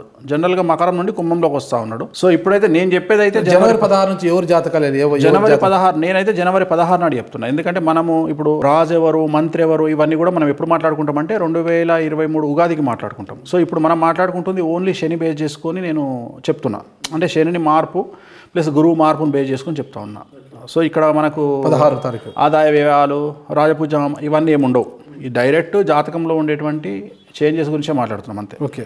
కుంభరాశిలోకి శని వస్తున్నాడు కాబట్టి ఏ రాశి వాళ్ళకు ఎలా ఉండబోతుంది అనేది కనుక విశ్లేషిస్తే ఇది మనం చెప్పుకునేటువంటిది 2.5 సంవత్సరాలు ఉంటుంది. జనవరి 2023 నుండి 2.5 సంవత్సరాల పాటు ఈ జాతకం అంతా యాస్టీస్గా ఉంటుంది. ఇక్కడ సంవత్సరాలతో సంబంధం లేదు, కొత్త ఉగాది సంవత్సరాలతో సంబంధం లేదు. సో ముందుగా మేషరాశి కనుక తీసుకున్నట్లయితే శని 11, గురువు 1 కాబట్టి మేషరాశి వాళ్ళకు ఉన్న రాశుల్లో ది బెస్ట్ మేషరాశి. మేషరాశి వాళ్ళకు చాలా అనుకూలంగా ఉంటుంది. సో రావాల్సినటువంటి బాకీలన్నీ వసూలు అవుతాయి. అలాగే నూతన కార్యాలు, నూతన గృహప్రవేశాలు, నూతన భూము కొనుగోళ్లు, ఉద్యోగ మార్పులు, ఉద్యోగంలో డెవలప్మెంట్, ప్రమోషన్లు ఇవన్నీ వచ్చేటువంటి అవకాశం కనిపిస్తూ ఉంది. ఇది మేషరాశికి సంబంధించి అంటే నెగిటివిటీ ఏం కనిపించట్లేదు మేషరాశికి. రెండవది వృషభ రాశికి సంబంధించి శని అనుకూలంగా ఉన్న గురువు వ్యతిరేకంగా ఉన్నాడు వ్యయంలో. సో గురువు ఏప్రిల్ తర్వాత గురువు వ్యయంలోకి వస్తూ ఉన్నాడు, 12వ స్థానంలోకి వస్తున్నాడు. కాబట్టి వృషభ రాశి వాళ్లకు మేజర్గా చెప్పుకోవాల్సింది ఏంటంటే ఇంట్లో ఎవరైనా పెద్దవాళ్ళ ఆరోగ్య భంగాలు కనిపిస్తూ ఉన్నాయి. మరీ ముఖ్యంగా వృషభ రాశి వాళ్లకు పోలీస్ కేసులు, న్యాయపరమైన చిక్కులు కనిపిస్తూ ఉన్నాయి. ఇది ముఖ్యమైనటువంటి ఒక విషయం మేజర్గా. సో మనకు ఈ రాశికి సంబంధించినటువంటి వాళ్ళని తీసుకుంటే మనకు ఇక్కడ కవిత గారు కనిపిస్తూ ఉన్నారు, తెలంగాణ రాష్ట్రంలో కవిత గారు కనిపిస్తూ ఉన్నారు. సో శని అనుకూలంగా ఉన్న గురువు వ్యయంలో ఉన్నాడు కాబట్టి ఒక్క న్యాయపరమైన చిక్కులు, అలాగే ఇంట్లో పెద్దవాళ్లకు సంబంధించినటువంటి ఆరోగ్యపరమైన ఇబ్బందులు అనేటువంటిది వృషభ రాశి వారికి కనిపిస్తూ ఉంది. అలాగే మిథున రాశికి సంబంధించి చాలా అనుకూలంగా ఉంటుంది. ఉదాహరణ ఇప్పుడు మనకు జగన్మోహన్ రెడ్డి గారు అష్టమ శని నడుస్తూ ఉంది. అష్టమం నుండి 9వ ఇంట్లోకి శని వస్తున్నాడు కాబట్టి, అలాగే 10వ ఇంట్లోకి గురువు వస్తున్నాడు కాబట్టి సడన్గా జనాల్లో మార్పు అనేది కనిపిస్తూ ఉంది. అంటే అది ఎవరైనా సరే మిథున రాశి వాళ్ళకు అష్టమ శని నుండి వెళ్ళిపోతున్నాడు కాబట్టి జనవరి 16, 2023 నుండి పాజిటివ్గా ఉండే అవకాశం ఉంది. మిథున రాశి వాళ్లకు చాలా పాజిటివ్గా ఉంటుంది. సో కర్కాటక రాశి వారికి సంబంధించినంత వరకు శని చాలా బ్యాడ్గా ఉన్నాడు. 8వ ఇంట్లకు శని వస్తున్నాడు. దాన్ని అష్టమ శని అంటాం మనము. సో అష్టమ శని అంటే 8వ ఇంట్లో శని. It is very dangerous. So ఇది మనకు చంద్రబాబు నాయుడు గారికి కనిపిస్తుంది, ఇక్కడ కేసీఆర్ గారికి కనిపిస్తుంది. సో ఈ రాశిలో ఉండే వాళ్ళకు జనరల్గా జరిగేటువంటిది ఏం జరుగుతుంది అంటే ఆరోగ్యపరమైన ఇబ్బందులు లేదా న్యాయపరమైన చిక్కులు అనేటువంటివి కనిపిస్తూ ఉన్నాయి ఈ రాశి వాళ్లకు. వాళ్ళకే కాదు, అంటే ఈ ఒక్క కేసీఆర్ గారికి, చంద్రబాబు నాయుడు గారికే కాదు, కర్కాటక రాశి వాళ్ళందరికీ కూడా ఆరోగ్యపరమైన ఇబ్బందులు, న్యాయపరమైన చిక్కులు, వీటితో పాటు తల్లికి సంబంధించిన ఆరోగ్యపరమైన ఇబ్బందులు అనేటువంటివి కనిపిస్తూ ఉన్నాయి. అలాగే సింహరాశికి సంబంధించి చాలా అనుకూలంగా కనిపిస్తోంది. ఇటు శని 7వ ఇంట్లో ప్లస్ గురువు 9వ ఇంట్లో చాలా అనుకూలంగా ఉంటుంది. దీన్ని విపరీత రాజయోగంగా చెప్పొచ్చు. చాలా వరకు అనుకూలంగా ఉంటుంది. కాకపోతే సింహరాశి జాతకులకు తండ్రికి సంబంధించినటువంటి ఆరోగ్యపరమైన ఇబ్బందులు గోచరిస్తూ ఉన్నాయి. తండ్రికి సంబంధించి ఉదాహరణ మహేష్ బాబు గారు తండ్రి అయినటువంటి కృష్ణ గారు చనిపోవడం జరిగింది. రీజన్ ఇదే. సో సింహరాశి జాతకంలో తండ్రికి సంబంధించినటువంటి సమస్యలు కనిపిస్తూ ఉన్నాయి సింహరాశి జాతకులకు. అలాగే అతి ముఖ్యమైనటువంటి రాశి, ఈ సంవత్సరం సంచలనాలు నమోదు చేయబోతున్నటువంటి ఒక రాశి ఉంది. దాని పేరు కన్యారాశి. ఆ కన్యారాశి శని 6వ ఇంట్లోకి వస్తూ ఉన్నాడు, గురువు 8వ ఇంట్లోకి వస్తూ ఉన్నాడు. అంటే గురువు అష్టమ స్థానము, శని షష్టమ స్థానము, షష్టాష్టకాల కాంబినేషను. సో చాలా అనుకూలంగా ఉంటుంది. డబ్బు విపరీతంగా సంపాదిస్తారు, కానీ ఏదో ఒక పెను సంచలనం అనేటువంటిది కనిపిస్తూ ఉంది. అంటే మీడియాకి ఎక్కడము, లేకపోతే ఏదో ఒక సంచలనం, ఓవరాల్గా ఏదో ఒక సంచలనం వీళ్ళను ఫేస్ చేసే అవకాశం ఉంది. కానీ విపరీతంగా డబ్బులు వస్తాయి. కన్యారాశి జాతకులకు మొత్తం 12 రాశుల్లో ఉండేటువంటి రాశులను తీసుకుంటే విపరీత రాజయోగం, విపరీతంగా డబ్బు సంపాదించే రాశి కన్యారాశి. కానీ ఏదో ఒక సంచలనం అయితే జరుగుతుంది. సో నెక్స్ట్ తులారాశి 5వ స్థానంలో శని, 7వ స్థానంలో గురువు. సో వీళ్ళకి ఏం ప్రాబ్లం లేదు. గత 3 ఏళ్ల నుండి అనుభవిస్తున్నటువంటి కష్టాలు అనేటువంటివి తొలగిపోయే అవకాశం ఉంది. కాకపోతే ఎవరైనా తులారాశి వాళ్ళు, ఆడవాళ్ళు ఉంటే వాళ్ళ హస్బెండ్కు హెల్త్ ప్రాబ్లం కనిపిస్తూ ఉంది. ఆర్థిక పరంగా అన్ని అనుకూలంగా ఉన్నా హస్బెండ్కు మాత్రం హెల్త్ ప్రాబ్లం కనిపిస్తూ ఉంది తులారాశి వాళ్లకు. నెక్స్ట్ వృశ్చిక రాశి. ఇది కూడా అతి ముఖ్యమైనటువంటి రాశి. ఈ వృశ్చిక రాశి ఇందాక మనం మాట్లాడుకున్నాము. నరేంద్ర మోడీ గారిది అనురాధ నక్షత్రం వృశ్చిక రాశి, అలాగే ప్రభాస్ గారిది విశాఖ నక్షత్రం వృశ్చిక రాశి. సో వృశ్చిక రాశికి సంబంధించి శని 4వ ఇంట్లో అంటే అర్ధాష్టమ స్థానము, అలాగే గురువు షష్టమ స్థానం 6వ ఇంట్లో ఉన్నాడు. So it is very dangerous. So ఆర్థికపరమైనటువంటి అంశాలన్నీ బాగున్నప్పటికీ ఆరోగ్యపరమైనటువంటి అంశాలు చాలా తీవ్రంగా బాధించేటువంటి అవకాశం ఉంది. మరీ ముఖ్యంగా మానసికమైన ఇబ్బందులు చాలా చాలా చాలా బాధిస్తాయి. అంటే డిప్రెషన్కు లోనయ్యేటువంటి అవకాశం ఉంది, యాంగ్జైటీ డిజార్డర్ ఉంటుంది. సో చాలా వరకు ఆరోగ్యపరమైన సమస్యలు అనేటువంటిది వృశ్చిక రాశికి కనిపిస్తూ ఉంది. అలాగే భార్యాభర్తలు ఇద్దరూ కూడా వృశ్చిక రాశి జాతకులు అయినప్పుడు మాత్రం చాలా తీవ్రంగా ఉద్యోగం కోల్పోవడం, ఒకళ్ళ ఉద్యోగం లేకపోవడము, ఆర్థికంగా నష్టపోవడం అనేటువంటిది గమనించాల్సినటువంటి విషయం. ఇక చాలా అనుకూలంగా ఉండేటువంటి రాశి కనుక తీసుకుంటే ఈ సంవత్సరము గత 7.5 సంవత్సరాల నుండి చాలా కష్ట నష్టాలను అనుభవిస్తున్నటువంటి ధనుస్సు రాశి. ధనుస్సు రాశి జాతకులకు ఎక్స్ట్రీమ్ రిజల్ట్ కనిపిస్తూ ఉంది. ఆర్థికంగా, సామాజికంగా, రాజకీయంగా ఏ రకంగా తీసుకున్న ధనుసు రాశి వాళ్ళు విపరీతంగా సుఖాలను, భోగభాగ్యాలను అనుభవిస్తారు. సో వీరికి ఎటువంటి సమస్యలు ఉండబోవడం లేదు. అలాగే నెక్స్ట్ మకర రాశి కనుక తీసుకున్నట్లయితే శని 2 అంటే ఏలినాటి శని, అలాగే 4వ ఇంట్లో అర్ధాష్టమ గురువు. సో ఆల్రెడీ వీళ్ళకి కంటిన్యూ అవుతున్నటువంటి ప్రాబ్లం ఇంకా కంటిన్యూ అవుతుంది. సో మనకు మన స్టేట్లో కనుక తీసుకున్నట్లయితే మనకి 2 నాయకులు ఉన్నారు. ఒకటి పవన్ కళ్యాణ్, 2 ఉత్తమ్ కుమార్ రెడ్డి గారు. ఆల్రెడీ ఉత్తమ్ కుమార్ రెడ్డి గ్రాఫ్ మనం చూస్తున్నాం.